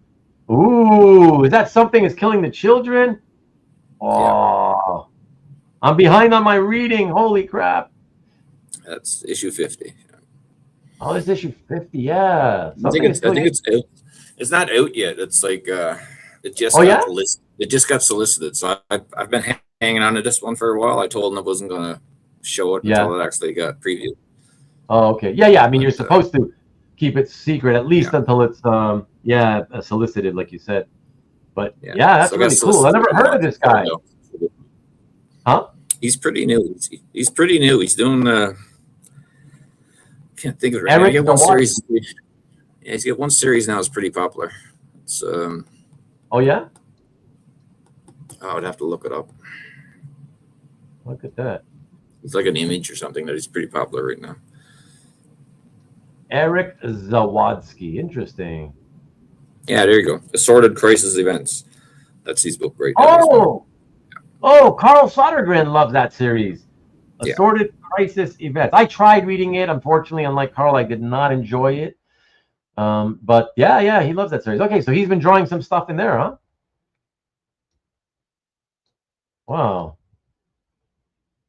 That's cool. That's very fun. Let me see. Oh, and by the way, guys, this was the last piece I bought of the show. Sorry, this is the last piece I bought of the show. So money was running light at the end of this one. So I was like, I had like 5 guys. I had 5 guys lined up, and I was like, I'm going to take a photo. So I took photos of 5 of them. And I was like going back and forth. I was like, man, I'm trying to make my last decision here. Right? So this is my last purchase. Oh. That's cool. It's a cool purchase. It's fun. Have you been reading the series, John? No, I haven't. This is one that I've heard about it, bought the cover, and I'll probably read it now. Yeah, I like it. It's interesting. You know, what I really love about it, believe it or not, I just love the design. It's so simple. It's like some younger chick. She's got these really big, bulging green eyes, and she wears that bandana around the mouth. And it's just a cool looking design of teeth on the bandana, and it just seems simple, but it's really cool. Yeah. It is a great design. Sort of almost went down the rabbit hole because they do whenever I buy something, then I get hooked into it. I looked at it, I was like, man, there's so many variants. I was like, that's a big series to try and chase. So I'm going to try to stay away from it. A lot of fans in the chat on this one. Wow, very nice. Wow, neat. Look at that. Carl's here with us still. Assorted Crisis Events, he's telling you. Cool. Nice from Evans. And just won the Eisner for Best New Series. The other one that he's been drawing, you mean? Is that what he's talking about? Yeah, it is pretty popular right now. Oh, okay, Carl. So he was the guy who was drawing all of the issues on Assorted Crisis Events? Okay. Awesome con haul, says Rick, by the way. I have to admit, that's a killer con haul, dude. Like, it looks like you had no competition, John. Yeah, there's probably somebody there. Yeah, but it's like you told everybody, stay back until I'm done. When I've made all my decisions, then you can all have at it, you know? No, there's a few more I wanted, but I couldn't get everything I wanted. I had to walk away from a couple. Well, eventually we all run away because we run out of money, right? So definitely a damn great haul. Yeah, for sure. That's really, really great. I ran out of money, and my wife. Yeah. So I ran out of money, and my wife ran out of patience. So, was she with you? She finally oh yeah, she gave because the kids wanted to go. So the kids wanted to go, really? Yeah, because one of the kids' girlfriends never been to one before, so we made a big family outing out of it. So we were trying to make a family thing. So I was actually not spending a lot of time in the Artist Alley. I was trying to do the other stuff because usually I can go to Artist Alley and that's my whole show. I don't bother to go anywhere else. Yeah, but this one I tried to help the kids out and show them that's cool. Funko Pops and everything else that's there. Yeah, make it a family affair. Why not? That's awesome. Yeah. And this is just and company. I didn't really know much about this. This was just something that was in Amanda's portfolio. I thought it was funny. It was just like a cheap page, but yeah. This was oh gosh, what was the name of that the publisher guys? Dave Cockrum did work for them at the end of his career. He did the later issues. Yeah. Sorry? He did the later issues. Amanda did some of the earlier ones. Cockrum did like the later one. It was like a 50 issue run or something. Right. Yeah. I'm not sure the publisher off the top of my head. Amanda Connor here. That's pretty fun. Ken Lashley was there too. I really wanted to get one from him, but if I had to get one from him, I would have. One of his, I could have got two other ones. So I was like, I'm not sure I would have loved his more than the two. So it wasn't worth it. I love all these characters. I love this guy down here smoking. Love that. I love the fashions on the twins here. That's really fun. This guy down on the floor shooting. Yeah, they're sort of like having a conversation and walking through a studio set and just interviews going on. Not like. Oh, I see. And then each scene they walk, they're changing clothes to match the next studio. So I just thought it was funny. Oh, okay. Yeah. It's all shooting a film or whatever. That's fun. Yeah, that's very fun. And thank you, Rick, for Claypool Comics. Indeed, yes. And MLB says that John took art buying to the HNL. Yep. Art buying. Imagine that we had art to talk about on a comic art show. There you go. Yeah, imagine. Oh, that's cool. Was that the last one? Yeah. Yeah. And there's nothing next. Okay. I think so. Awesome. Here, let me get rid of that and come back to you guys here. Very, very cool, man. Thank you so much for that, John. That's awesome, and it took a nice bit of time because you had enough pieces that we could spend good time with it. It takes us to a nice time here where we can close out the show this way. That's perfect. A nice tight 3 hours, 15-minute episode. So that's nice. Couple of last comments. So go ahead. I met Dan for the first time at that show. Oh, right. Dan would have been there with his booth, right? I'm not sure I pronounced his last name. Yeah. Dan the man. Yeah. But that's kind of funny though, John. I would have thought, given, he does go out to the west, out west of the shows there for years. How could it have only been the first time you met him? Maybe you never thought of going to his booth or never just noticed him or something? Well, he was... Yeah, I didn't know he was there until later. And then, because he just stays at his booth selling books and stuff. He stays hanging out. Yeah. I'm hanging out in Artist Alley. So unless I meant to go to his table, but I just didn't have time. So I just bumped into him while he was chatting to another guy. Yeah. So that's cool. Problem is I wouldn't recognize him until I seen him on your show, right? So. Right. So. So let's see. So once you start buying, it's hard to stop until you run out of money. Well, so I heard. You trust me, John's not the only one who does that. Hardly the only one in this hobby. CJ says, thank you. A nice surprise, says Rick. Indeed. Steve, thanking you as well, John. Good variety, says MLB. Peter says, thanks, John, for suggesting and sharing. Indeed, absolutely.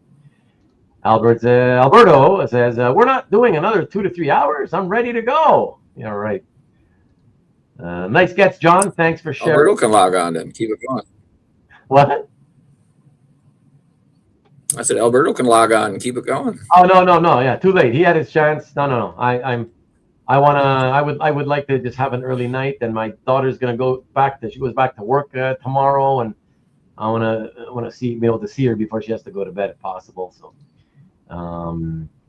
there we go. I talked to Bill and Kazra. Kazra made Bill watch your 15 minutes. Okay, whatever. I don't see what the point is. It's not like it's a planned show. So whatever. Stanley's hacked Alberto's account. Stanley's still upset, I guess. He's hate watching us right now. Hey, Stanley. Here we go. It's so weird how it keeps happening. But number one Dunbar fan, says Rick. Yes, John is. David says thank you. Yeah, I told him. I probably own more art by him other than him and probably his mom. That's about it. Yes, absolutely. Said to give you a high five if he could. I'm sure. No, I don't want you on anymore. You had your chance, Mr. I'll come in after 1 hour. Okay. He said you said things he wished he could say. Listen, again, Marcus, you know me. You know me well enough to know what my character is. I say a lot of things a lot of people wish they could say, or you know what I mean? It's not why I do it. I've always been that way. I try to keep it quiet for 3 straight episodes. You know, I try to ignore. Anyways, whatever. Killer Collection, says Michael. What happened to Ruben? He used to do 5 to 7 hour shows. He's getting old. That's the problem. Exactly. I'm getting old. My throat, my muscles hurt. Like, okay, I need a rest. Ruben needs to go watch that community. I need to go maybe look for it. See if some website online somewhere, may have posted it, because I don't have Hulu. So we'll see. But he's restrained and has to keep silent. Yeah, well, you know that. I wasn't going to crash John's show, but it wasn't a show. I had invited him. I invited you. I invited you before John, actually. So I had told John, hey, somebody else might come in. Some guys might come in. You could have come in. It's always more the merrier. You know that. And when we're hanging out, more the merrier. It's all good. Maki says, a great guy too. I don't know who you're talking about. Hopefully you're talking about John, and because that's the truth. And if you're talking about me, shucks. And if you're talking about Alberto,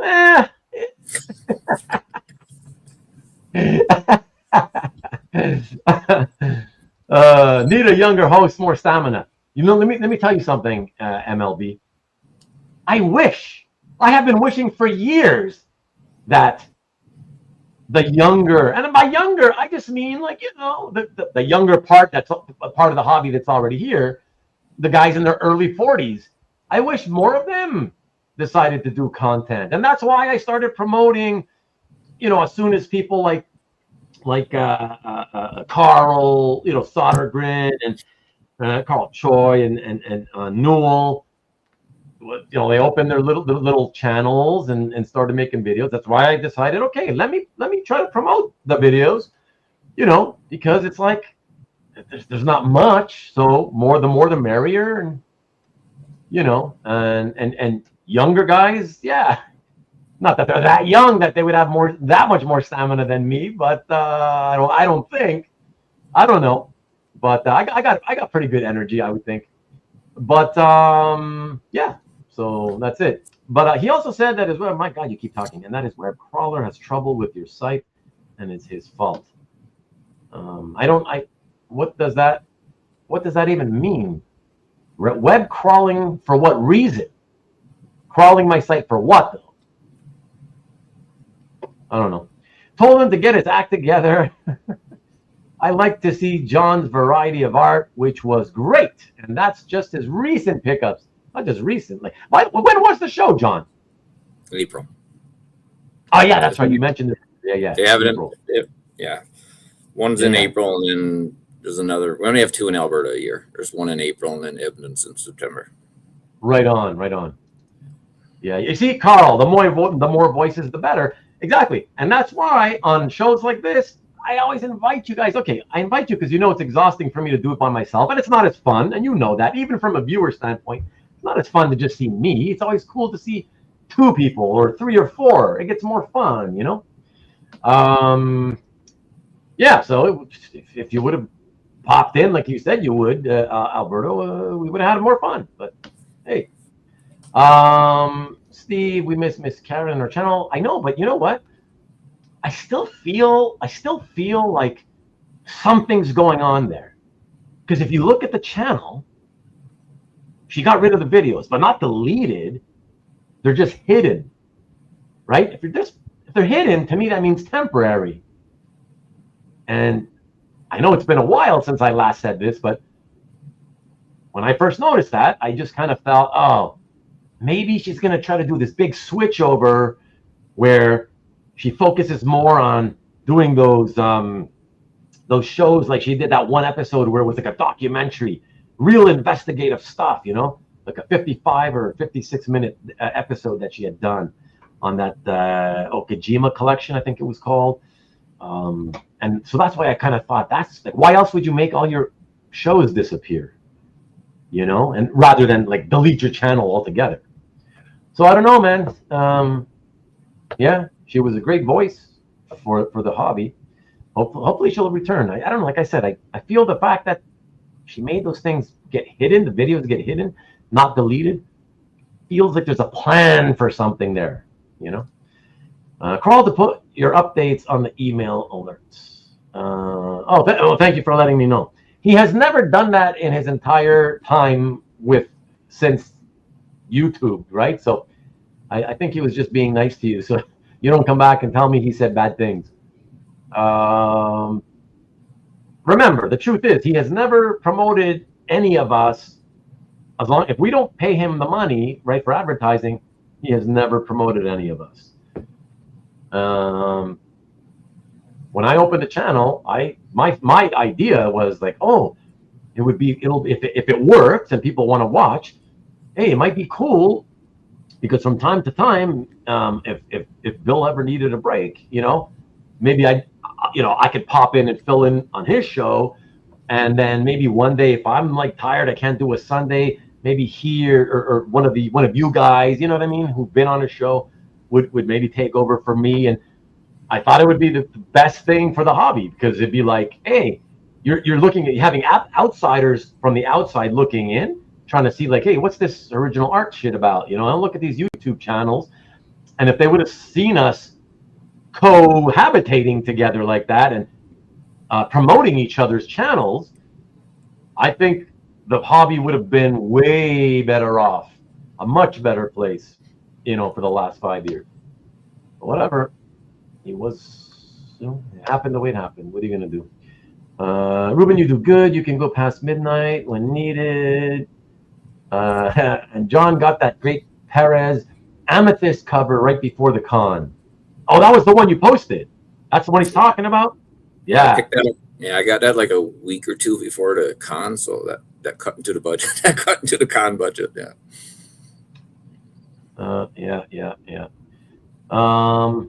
Yeah, Tom, I'm guessing, right? I don't know at this point. I don't know anything really. I'm kind of guessing.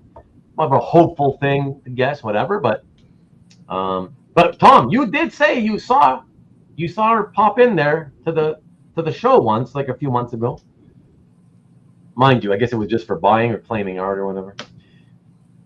Probably just focus on raising the kiddos. That's true too, Rick. I mean, yeah, that you guys remember, I always said that's what made it very difficult for her to be able to do anything, right? So, yeah. Worth it for Paris Amethyst. Yeah, indeed. Indeed. Peter says, what's this original art shit about? Rubén, the original art shit collector. Our kids can stay up late for Rubén's show. Fellas, thank you so very much for tuning in again tonight. For those of you watching on Rewind, thank you as well. I guess I can't really apologize that there wasn't a much more interesting story tied to the thumbnail image about the fighting at San Diego. But it's a good thing that fight didn't break out like we expected it to. So can't really be mad about that. We can only hope there's going to be a huge fight, big brawl at OAX next year. Right? At OAX.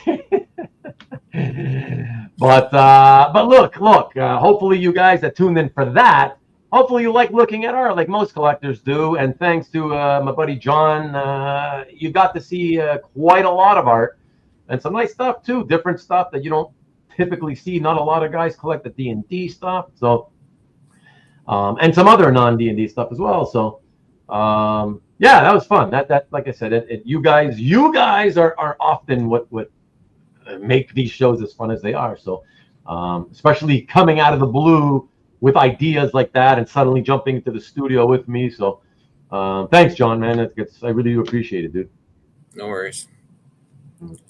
All right, so Maki Poo, yeah, thank you. Carl, have a great weekend. Weekend's over. Great week as well.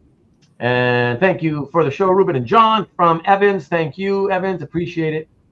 And there's the Maki Poo. Have a good week, Maki. And that's why they canceled the Steve Rude raffle at OAX. What? Okay, I don't want to get into that. I'm not remembering. Thanks, John and Rubén. Fun show, fun chat. Thank you, Peter, and I will catch you tomorrow at 4 p.m. Eastern, I believe the time was we agreed upon. And I hope John comes back so I can say bye officially. We tune in for you, not the thumbnail. Thanks, MLB. Gonna watch the community episode. Steve, I got something for you. Steve, hold on. I'm going to close with that, but it's a little different. Hold on. Thumbs up. Thank you, everybody. Also, thank you for the thumbs up, everybody who left one. I much appreciate it. Thank you. Thanks, Marcus, as always, for tuning in from San Diego Comic-Con, even though you're supposed to be working it. Appreciate it, man. Thank you so much. Good night. Great show. Thank you, Rick. Appreciate you. Have a great week, everybody. Thank you, Mark V. And see you all at Rex's place. Can you show? Oh, look at this very quickly. I forgot. Yes, I have it right next to me, but it was covered up. Just want to say that Marcus sent me. I don't know if it's going to focus if I'm in the way, but you guys, some of you remember when we talked ball, I'm a big Ricky Henderson fan. Sent me a nice collectible ticket from the early 90s to commemorate his stolen base record. So that's very cool. And he also gave me this. I don't know if this is going to show up, but this is the back of the card. Ricky Henderson. And it was one of those early 90s. It's not going to probably work very well, but you can see there it's like a hologram. It works pretty well, actually, and you can even see the uniform colors, the green and the yellow trim with the white uniform when you see it. It doesn't count. You can't see it on camera, obviously, but 939 hologram. So thanks again, Marcus. How do you love Marcus? He tells me I have to show it to everybody, so everybody can see what a nice guy he is. You know, that's a cool gift. But yeah, it's really fun. And like I said, I was going to show it without him telling me, And that's why I left them here all week. It's just that I had envelopes and other stuff ended up on top of it, so I forgot about it because it was out of sight, out of mind, Yeah. That was probably hard to get. Yeah.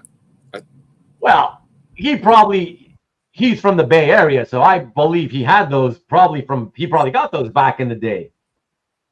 So it's from his collection. Put a guy in a headlock. From his collection. Put a guy in a headlock for it. Huh? I put a guy in a headlock? You had to put a guy in a headlock to fight for that one. The Piper. Good night, Rickster. Marcus is the Gaslight District. In the Gaslight District right now, I'll bet. Nice. Ricky is a great Blue Jay legend. Oh, whatever. He's an A's legend. Period. That's it. A Bash brother. He wasn't a Bash brother. There was only 2 Bash brothers. Come on now. You know the Bash brother thing only was with Canseco and McGuire. But again, thank you, fellas. Appreciate it. Steve, I'm gonna leave it out as always. Have a great week, everybody. But check this out, Steve. I hope you're still here. Have a great week, of course, everybody. We'll be back next week. Just so you know, I don't have a thumbnail to show you. Next week is a show and tell. All right, so that'll be fun. They're starting to come a little bit more often now again. They're picking up, so that's cool. And I'm planning another one for soon thereafter. So that's, I'm excited. So very, very fun. And I know you guys like that. So you're here, Steve. I appreciate that. So that's it. Nothing else to say other than you guys always know I leave it out with have a great week. Of course, I will see you here. Don't forget Nikki B on Friday for the great Christmas in July. Last episode for Christmas in July. Or actually, will it be 27, 28, 29, 30, 30? Is it 31 days this month? It may be the 31st. Yeah, there's 31 days, so it'll still be July. Last Christmas in July episode. So tune in for that. Be back here again for next week's show and tell. And that's it. Have a great week. But until then, you know what they say.